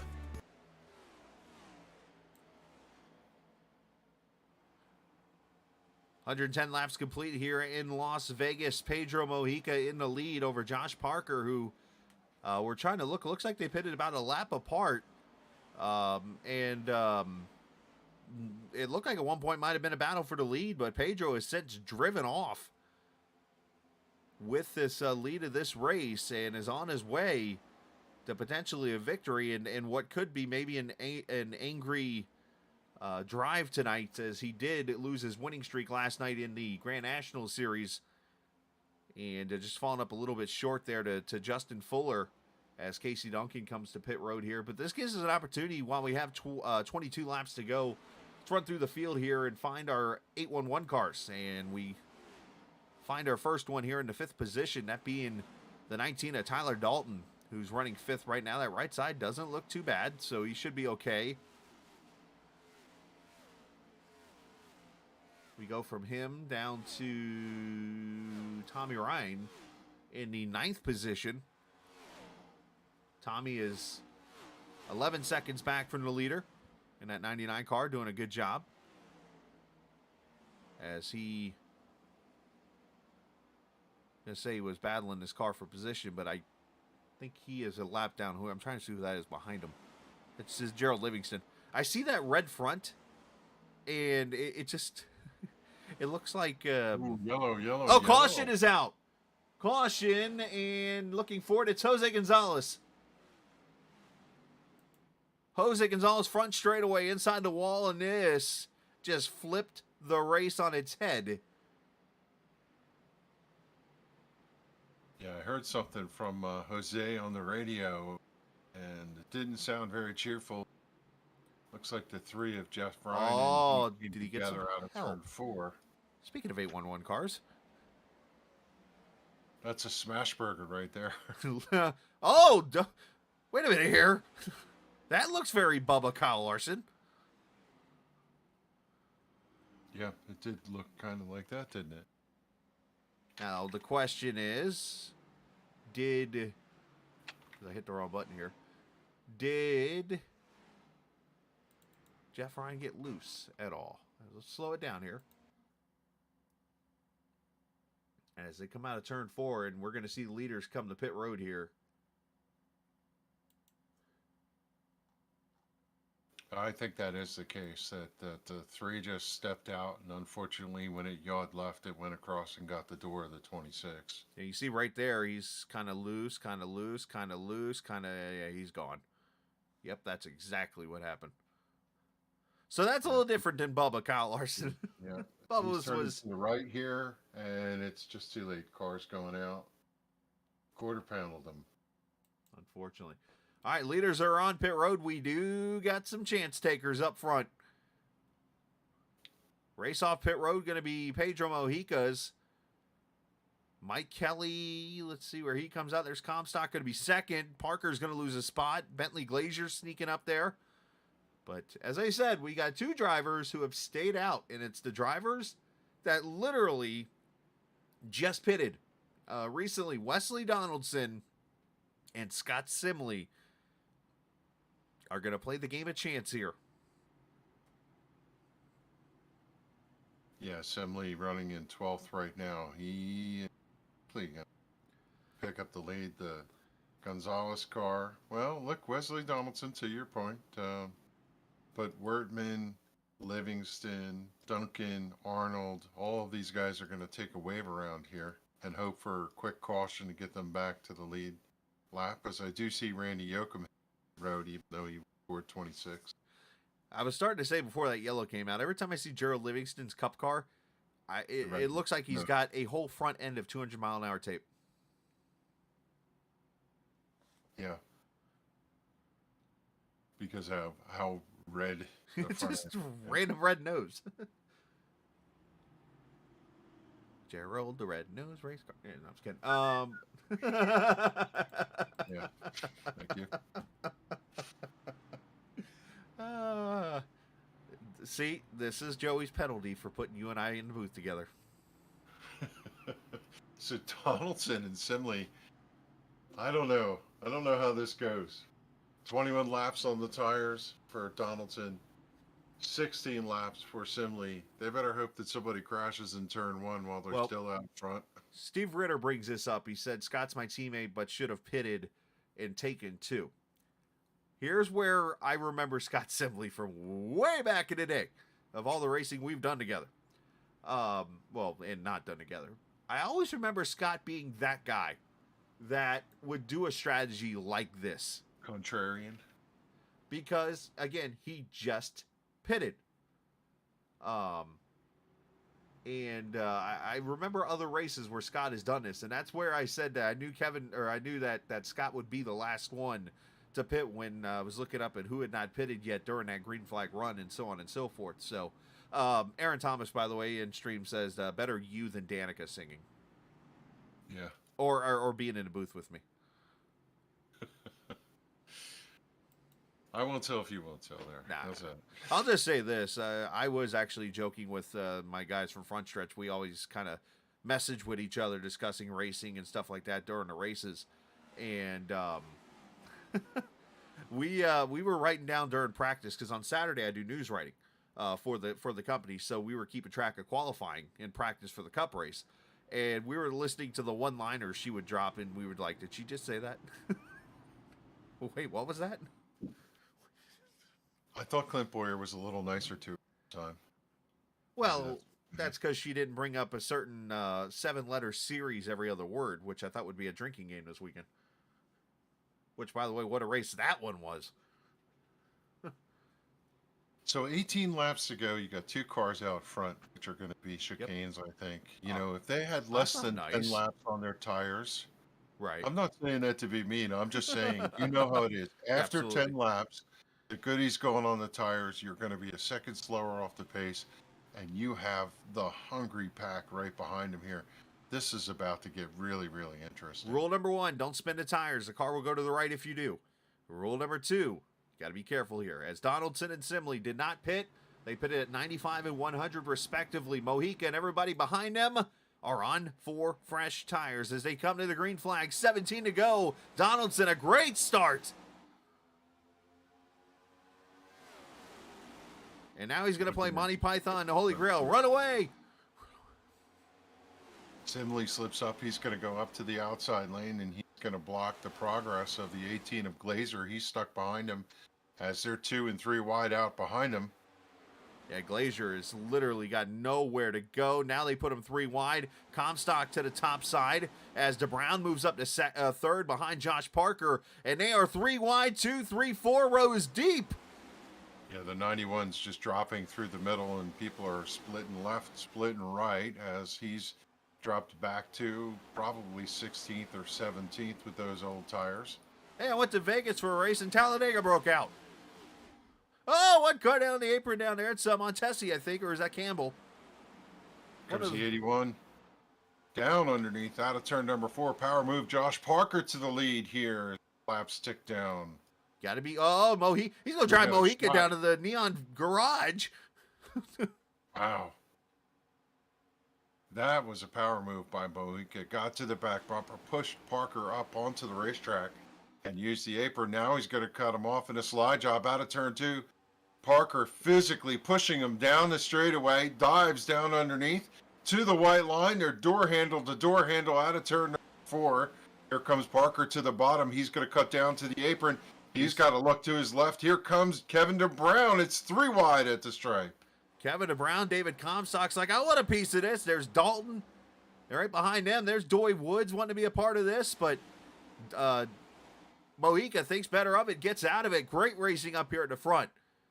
Now, you got to be careful a little bit here. 14 laps to go. You can still wear these tires out. Sure can, but it's go time. And if you got 10 laps to get yourself into position to get yourself a win, you got to use the tires and take what you get. Everybody's running wide open here anyway, so you're all in that same boat. And every one of these guys here in this top 10 are trying to get to the top 5. Bentley right Glazier. now, Troy Woods working his way in there.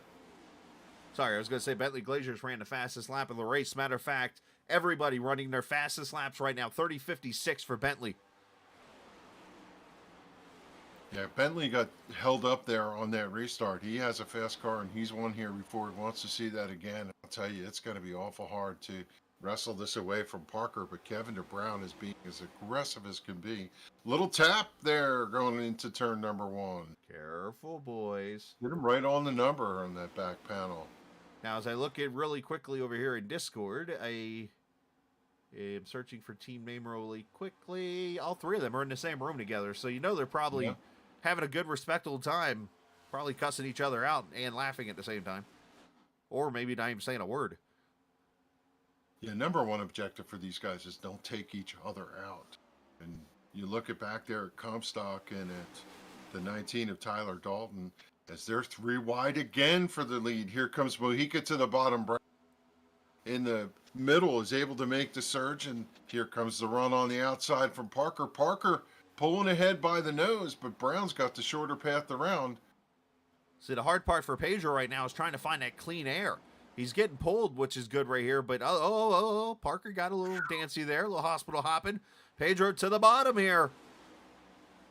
Can he get the run? To make his own lane down there on the bottom. He's got clean air and a good run into the corner, hugging that white line.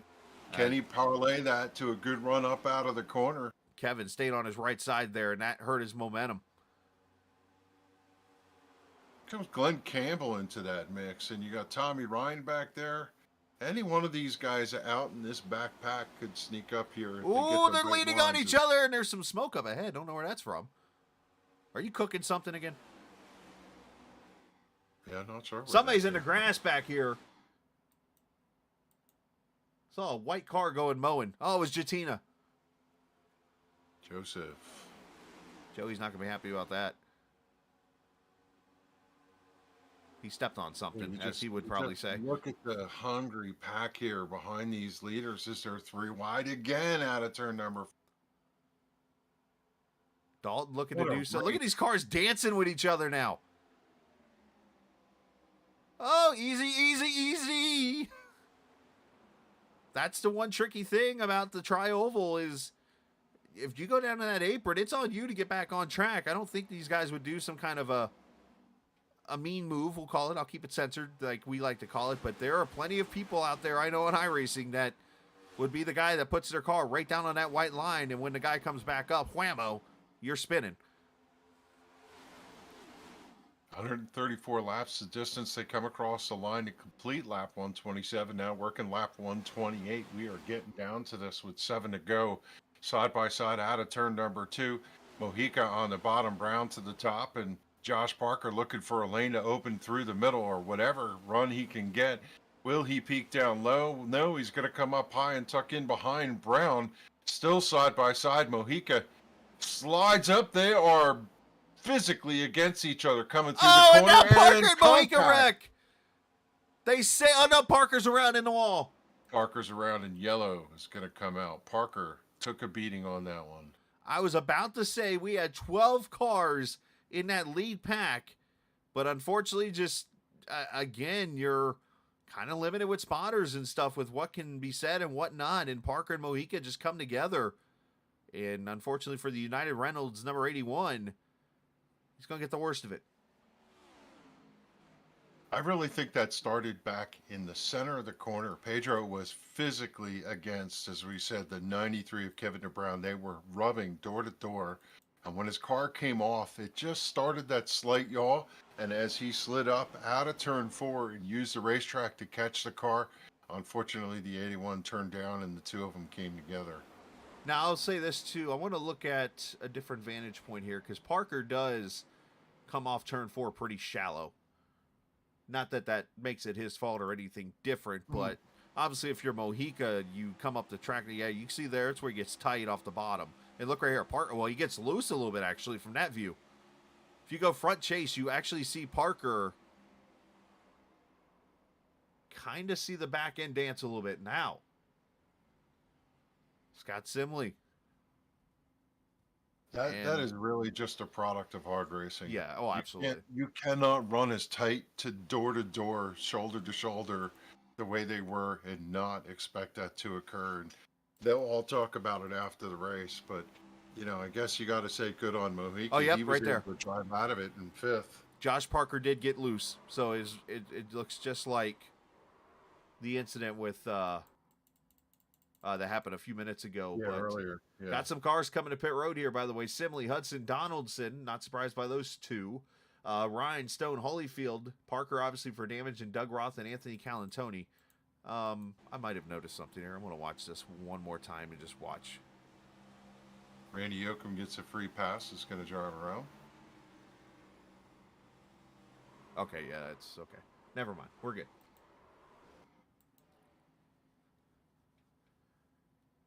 All right. Well, let's rack 'em, stack 'em, and pack 'em. We're gonna do it again here. let's Pretty sure. let's talk to somebody, shall we?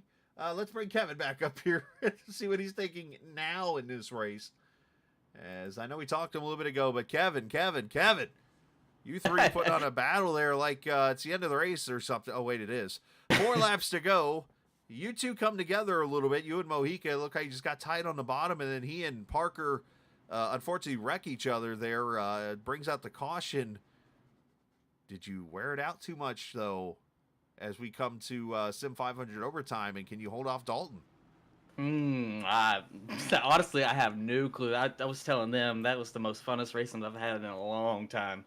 I was white-knuckling the steering wheel like crazy, but I mean, hopefully the tires will last here at the end, but who knows? We'll see. Yeah, that's the one thing. You guys were running your fastest laps there in that run.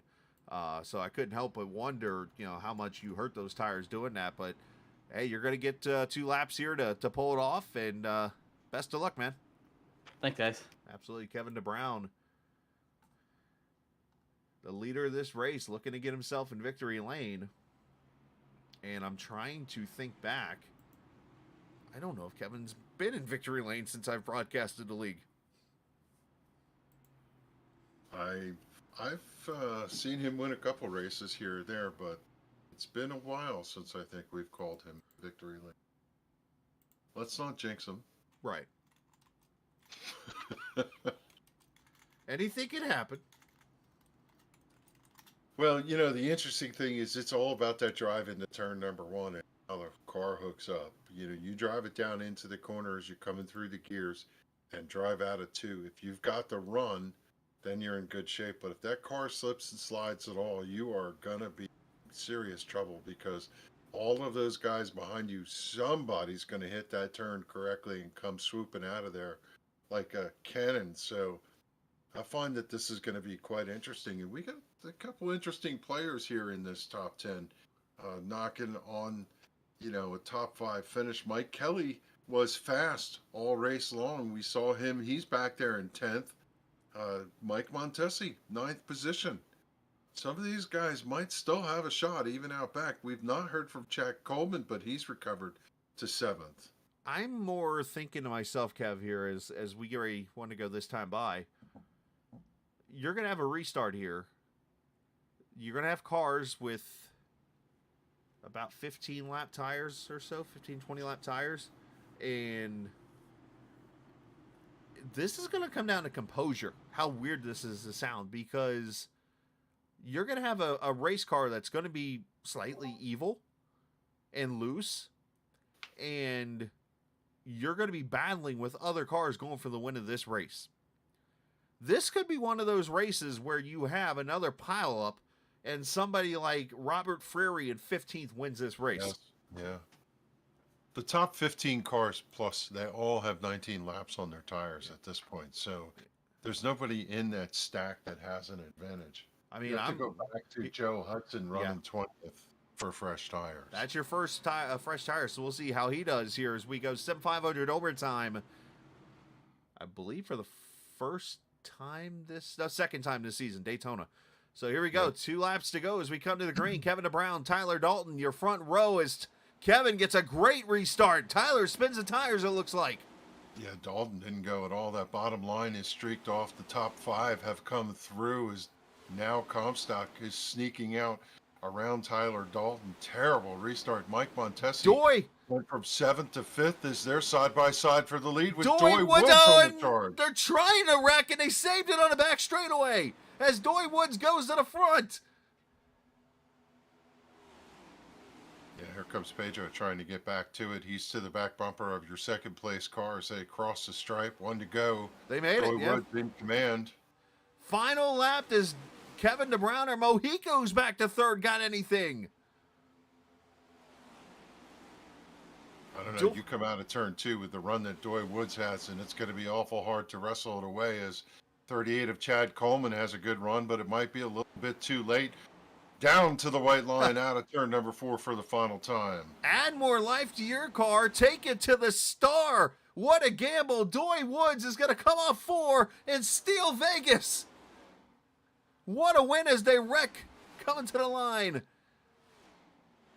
Man, what a run for Doy Woods. He just bide his time. And, something that we did not discuss, Chris, is that some of those guys, they were just kind of riding back there, waiting for these laps to tick off. They weren't in that charge running as hard as they could in that previous stint, and they had a little something for him, and it was Doy Woods who put the spurs to it. And what a win for Doy.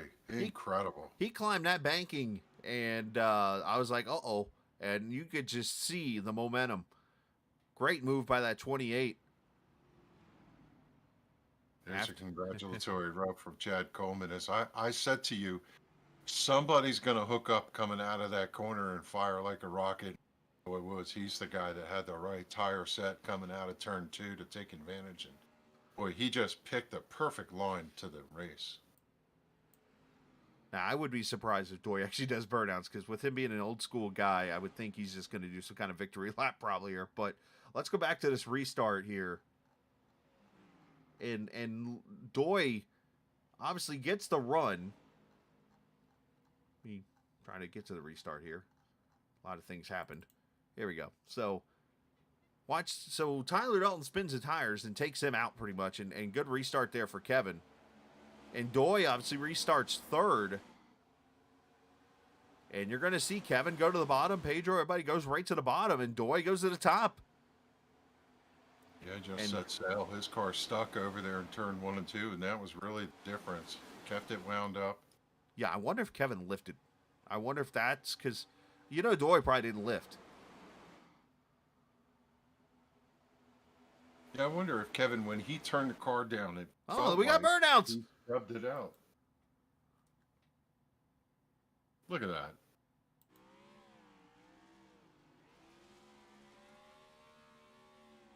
If only the number was in the center of the door. Yeah, right? Larry Mack would be enjoying this one. You just got to give a tip of the cap to Kevin DeBrown. What a good race he had to come home second and seal the deal, get himself a podium after a strong run all night long. All the crowd still watching.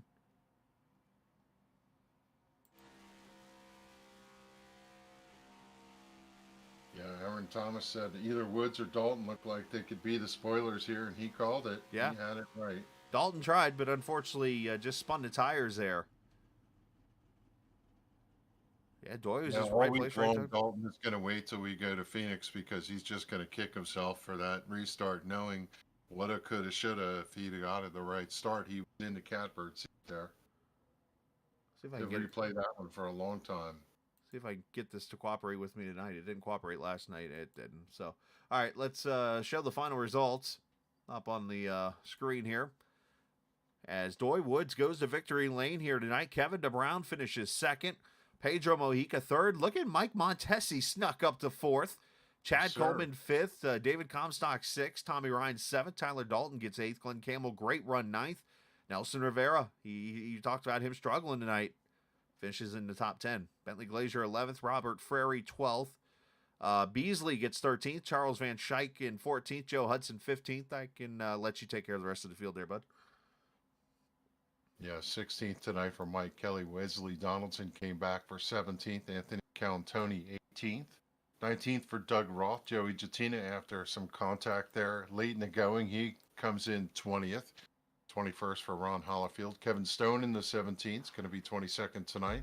23rd for Scott Stenzel. Bob Gillenwater, after having a strong run all night, slipped back to 24th. 25th for Justin Mons. Scott Simley brings it home 26th. 27th for Jeff Ryan. Randy Yoakum gets that lucky dog late. He comes back to 28th, finishing lead lap. And so does Josh Parker after his troubles in the late going. 29th for him. One lap down. Jose Gonzalez, 30th position for the 26th tonight. 31st for Eric Arnold. It's Casey Duncan, Charles Woods, Gerald Livingston, and Doug Sigmund rounding out your top 35. Brian Wertman, John Fowler, and John Higman Jr. in the 36th, 37th, 38th position. 10 laps down. 39th tonight for Jose Medina. Brian Macklin having trouble early, 94 laps down. 40th shotgun on the field, Mike Challa. In the number 5, he's going to be scored 41st. But led some laps tonight, and unfortunately, going to have to find some new clamps for his wheel or something. After, not sure if he's going to lose his crew chief for 4 weeks or not, which, by the way, is not in the rule book anymore. Thank God. All right, let's talk to some drivers. Let's get our usual top tree, and that being, of course, the winner, second and third. That's Doy Woods, Kevin DeBrown, Pedro Mojica, probably all in the same channel hanging out right now. Yes, they are. Let's talk to Pedro, who finishes third and gets another top 5 finish tonight, if I could find him. Is he? Oh, he's in the waiting room. That's why I can't find him. Yeah, while you're picking at that, championship implications for Doy Woods. How about that? Yeah, no kidding. That's pretty big for him. But Pedro, unfortunately, that contact there with Josh getting loose there above you. But Kevin called it some of the best racing he's ever been a part of. I'm sure you guys were. I'm sure there's a little disappointment there, but at the same time, I'm sure you guys are having a blast in that channel for a little bit. Yeah, no, that was a lot of fun.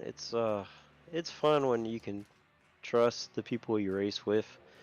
And I think a lot of times you see a show like that we put on there for I don't know how many laps for the win. But yeah, I mean it does sting a little bit because we were going to win that race. We had the long run pace. We had the strategy right. Everything was right, and then they decided to wreck with I don't know 15 to go, 20 to go, whatever. So then pretty much at that point it becomes super speedway racing. So yeah, you're kind of a sit and duck as the leader. I think we saw it with myself and with Kevin there on the last restart. You're just kind of in the way. You just hope that when you come out of the smoke, you're on the other end, still leading, but it's just tough. But no, man, it was a heck of a race. So it was a lot of fun with Kevin and Josh.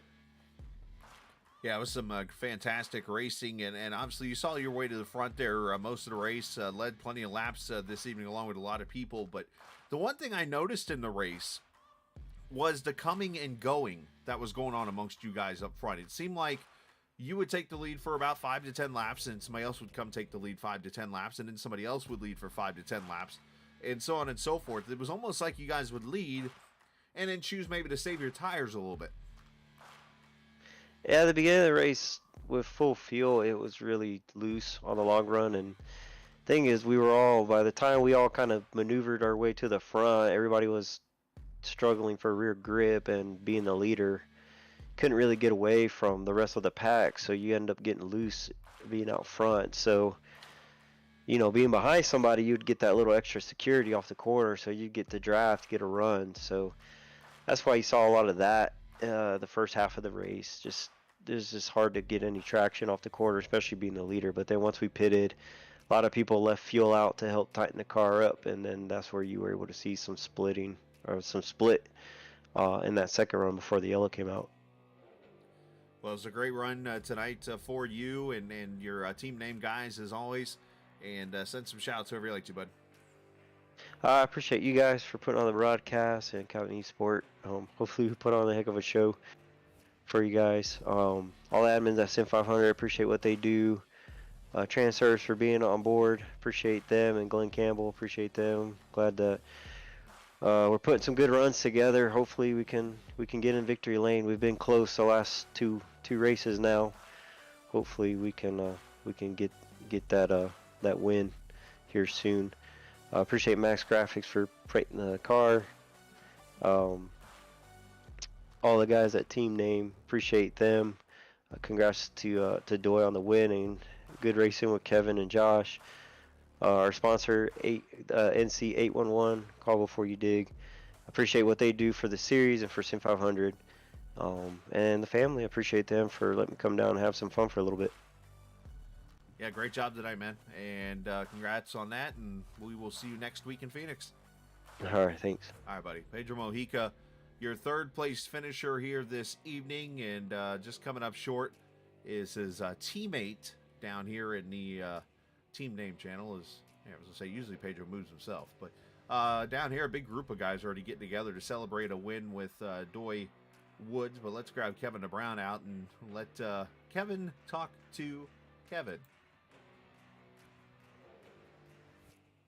Yeah, hey Kevin, man, what a race. You guys put on an incredible show to come home in second.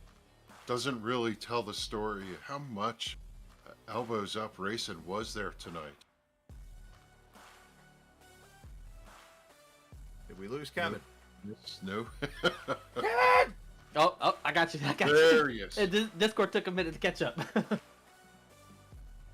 So Kevin, we were just saying, what an intense race tonight. Elbows up all the way through, beating and banging off each other, trying to find the right lane, trying to find grip.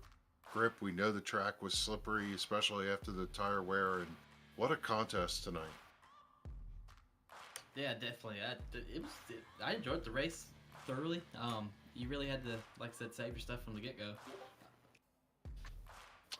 Take us through that final restart and what you needed to get the win. And you saw Doy come to the outside.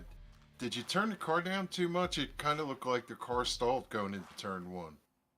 My better judgment, I thought the bottom was going to work there, and I should have realized the top was going to roll. I didn't think Doy was going to clear me coming out of turn 2, but he did. And then we went into turn 3 and 4, and it just didn't stick at all.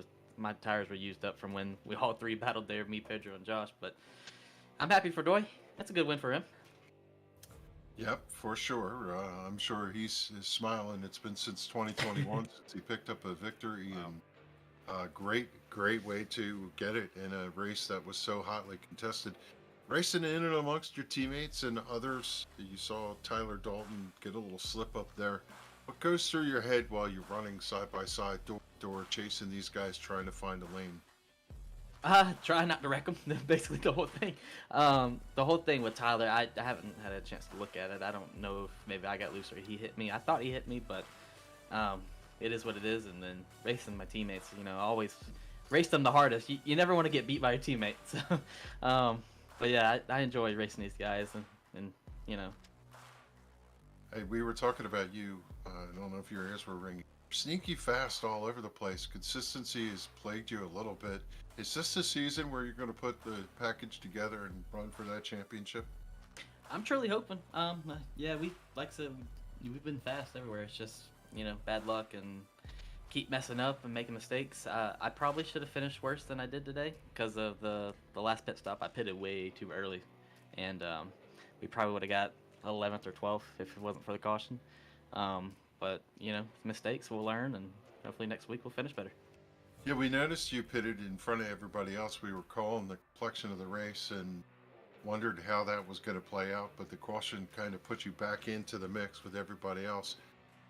Assume you left a set of tires in the pits somewhere? No, I think we took all our sets. Did you take them all? Yeah. I had the mindset of if we pit real early, our tires would even out, and that did not happen at all. They caught me real quicker than I thought they would, and they zoomed right past me. Yeah, so a good result here at Las Vegas, and head into Phoenix, which I know is a reasonable track for you. Going to have a good showing again. Tell us who helps you get the job done here. Give yourself a little time for your shout-outs. Oh yeah, of course. Chris Caboose painting the beautiful paint scheme this year, and Racing Pride coming on for a sponsor for this season and future seasons. You guys putting on a beautiful show. Can't wait to watch it, Chris. Chris always does a great job with the broadcast.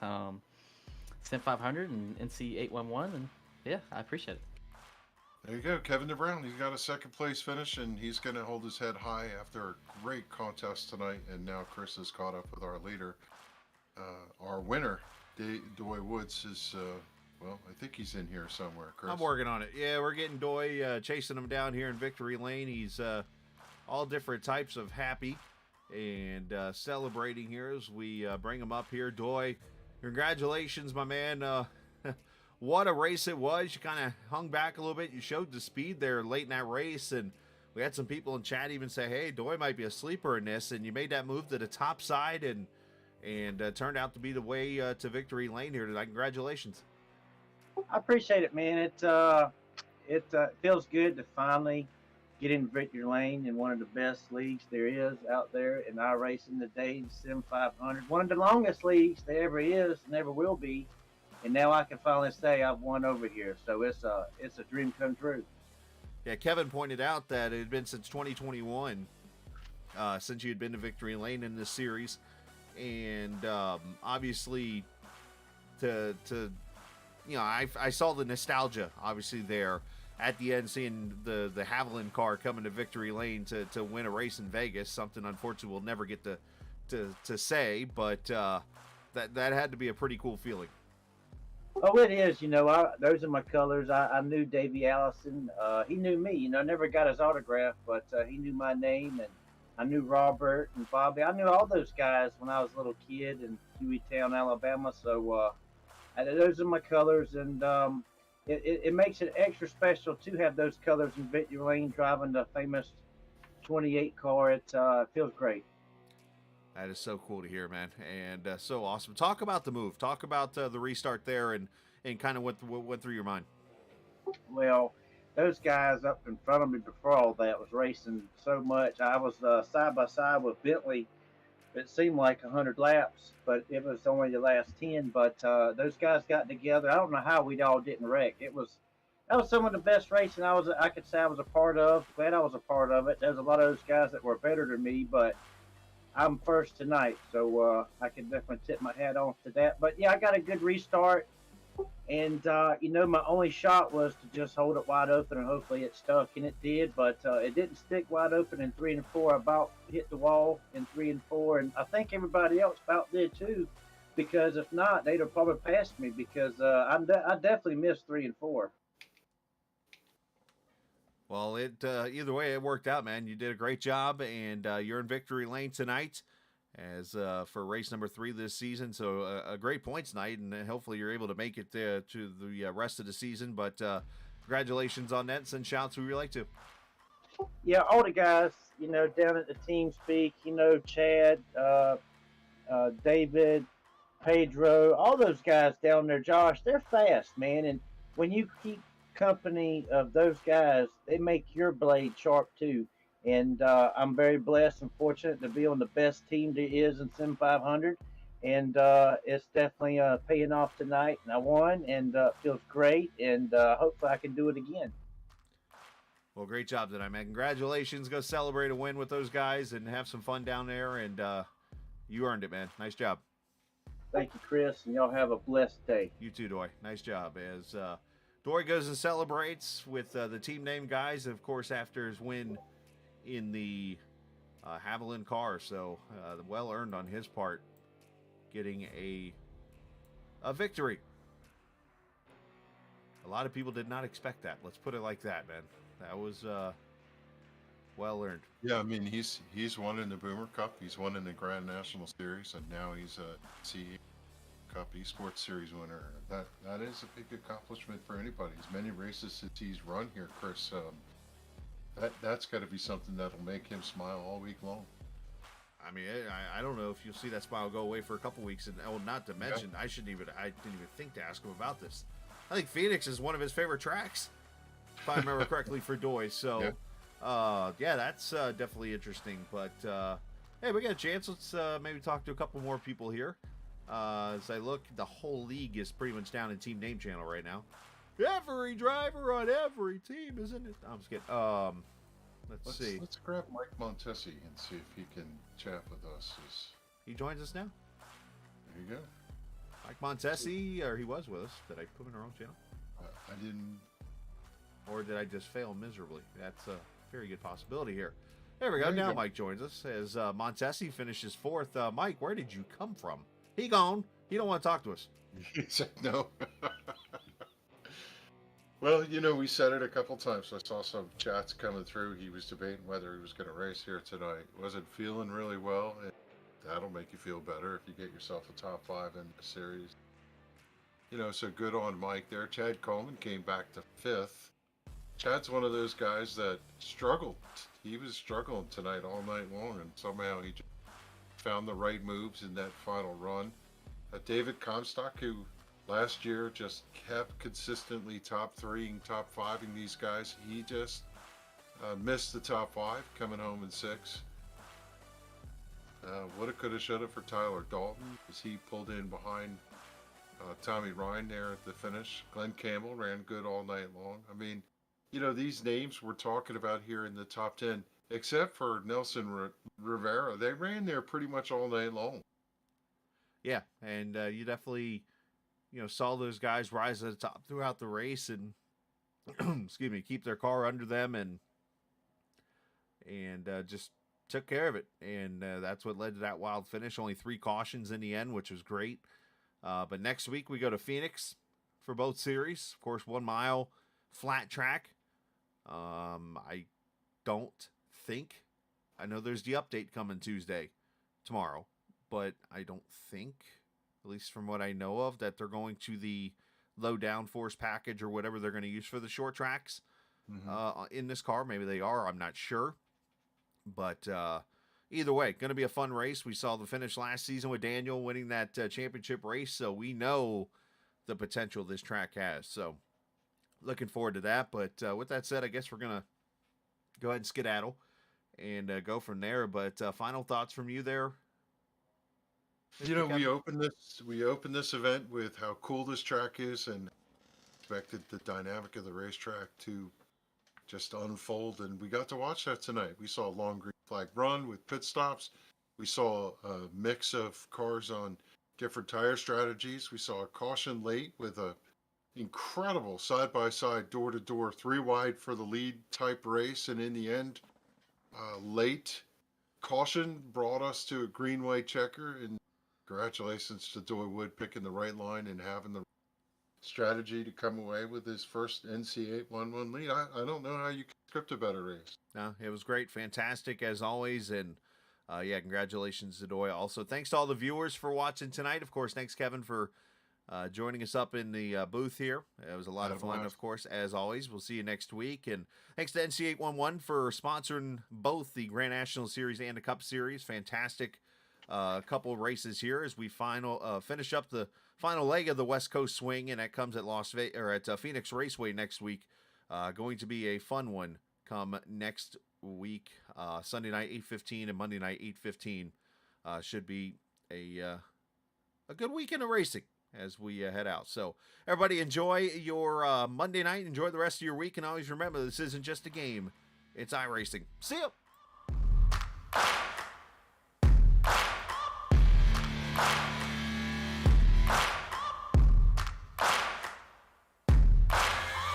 Searching for greatness in a sea of the dying and shameless. A sea of the aimless. I don't wanna be one of the nameless. I'ma wake up with the mindset that one day I'm gonna make it. And I don't think I'll be fine if I don't break my limitations. Don't try to stop me, I exist to write my own story. I'll make a decision if I want some peace or if I want the glory. Yeah, don't want a life that is complacent or possibly boring. I just want a life that is worth every day exploring. My whole life I just wanted someone who would notice me. My whole life I just wanted to be somebody to be. Yeah, I just wanna be great. Yeah, I just wanna be great.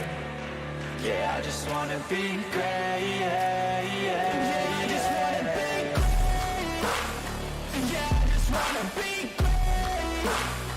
Yeah, I just wanna be great. Yeah, yeah, yeah, yeah,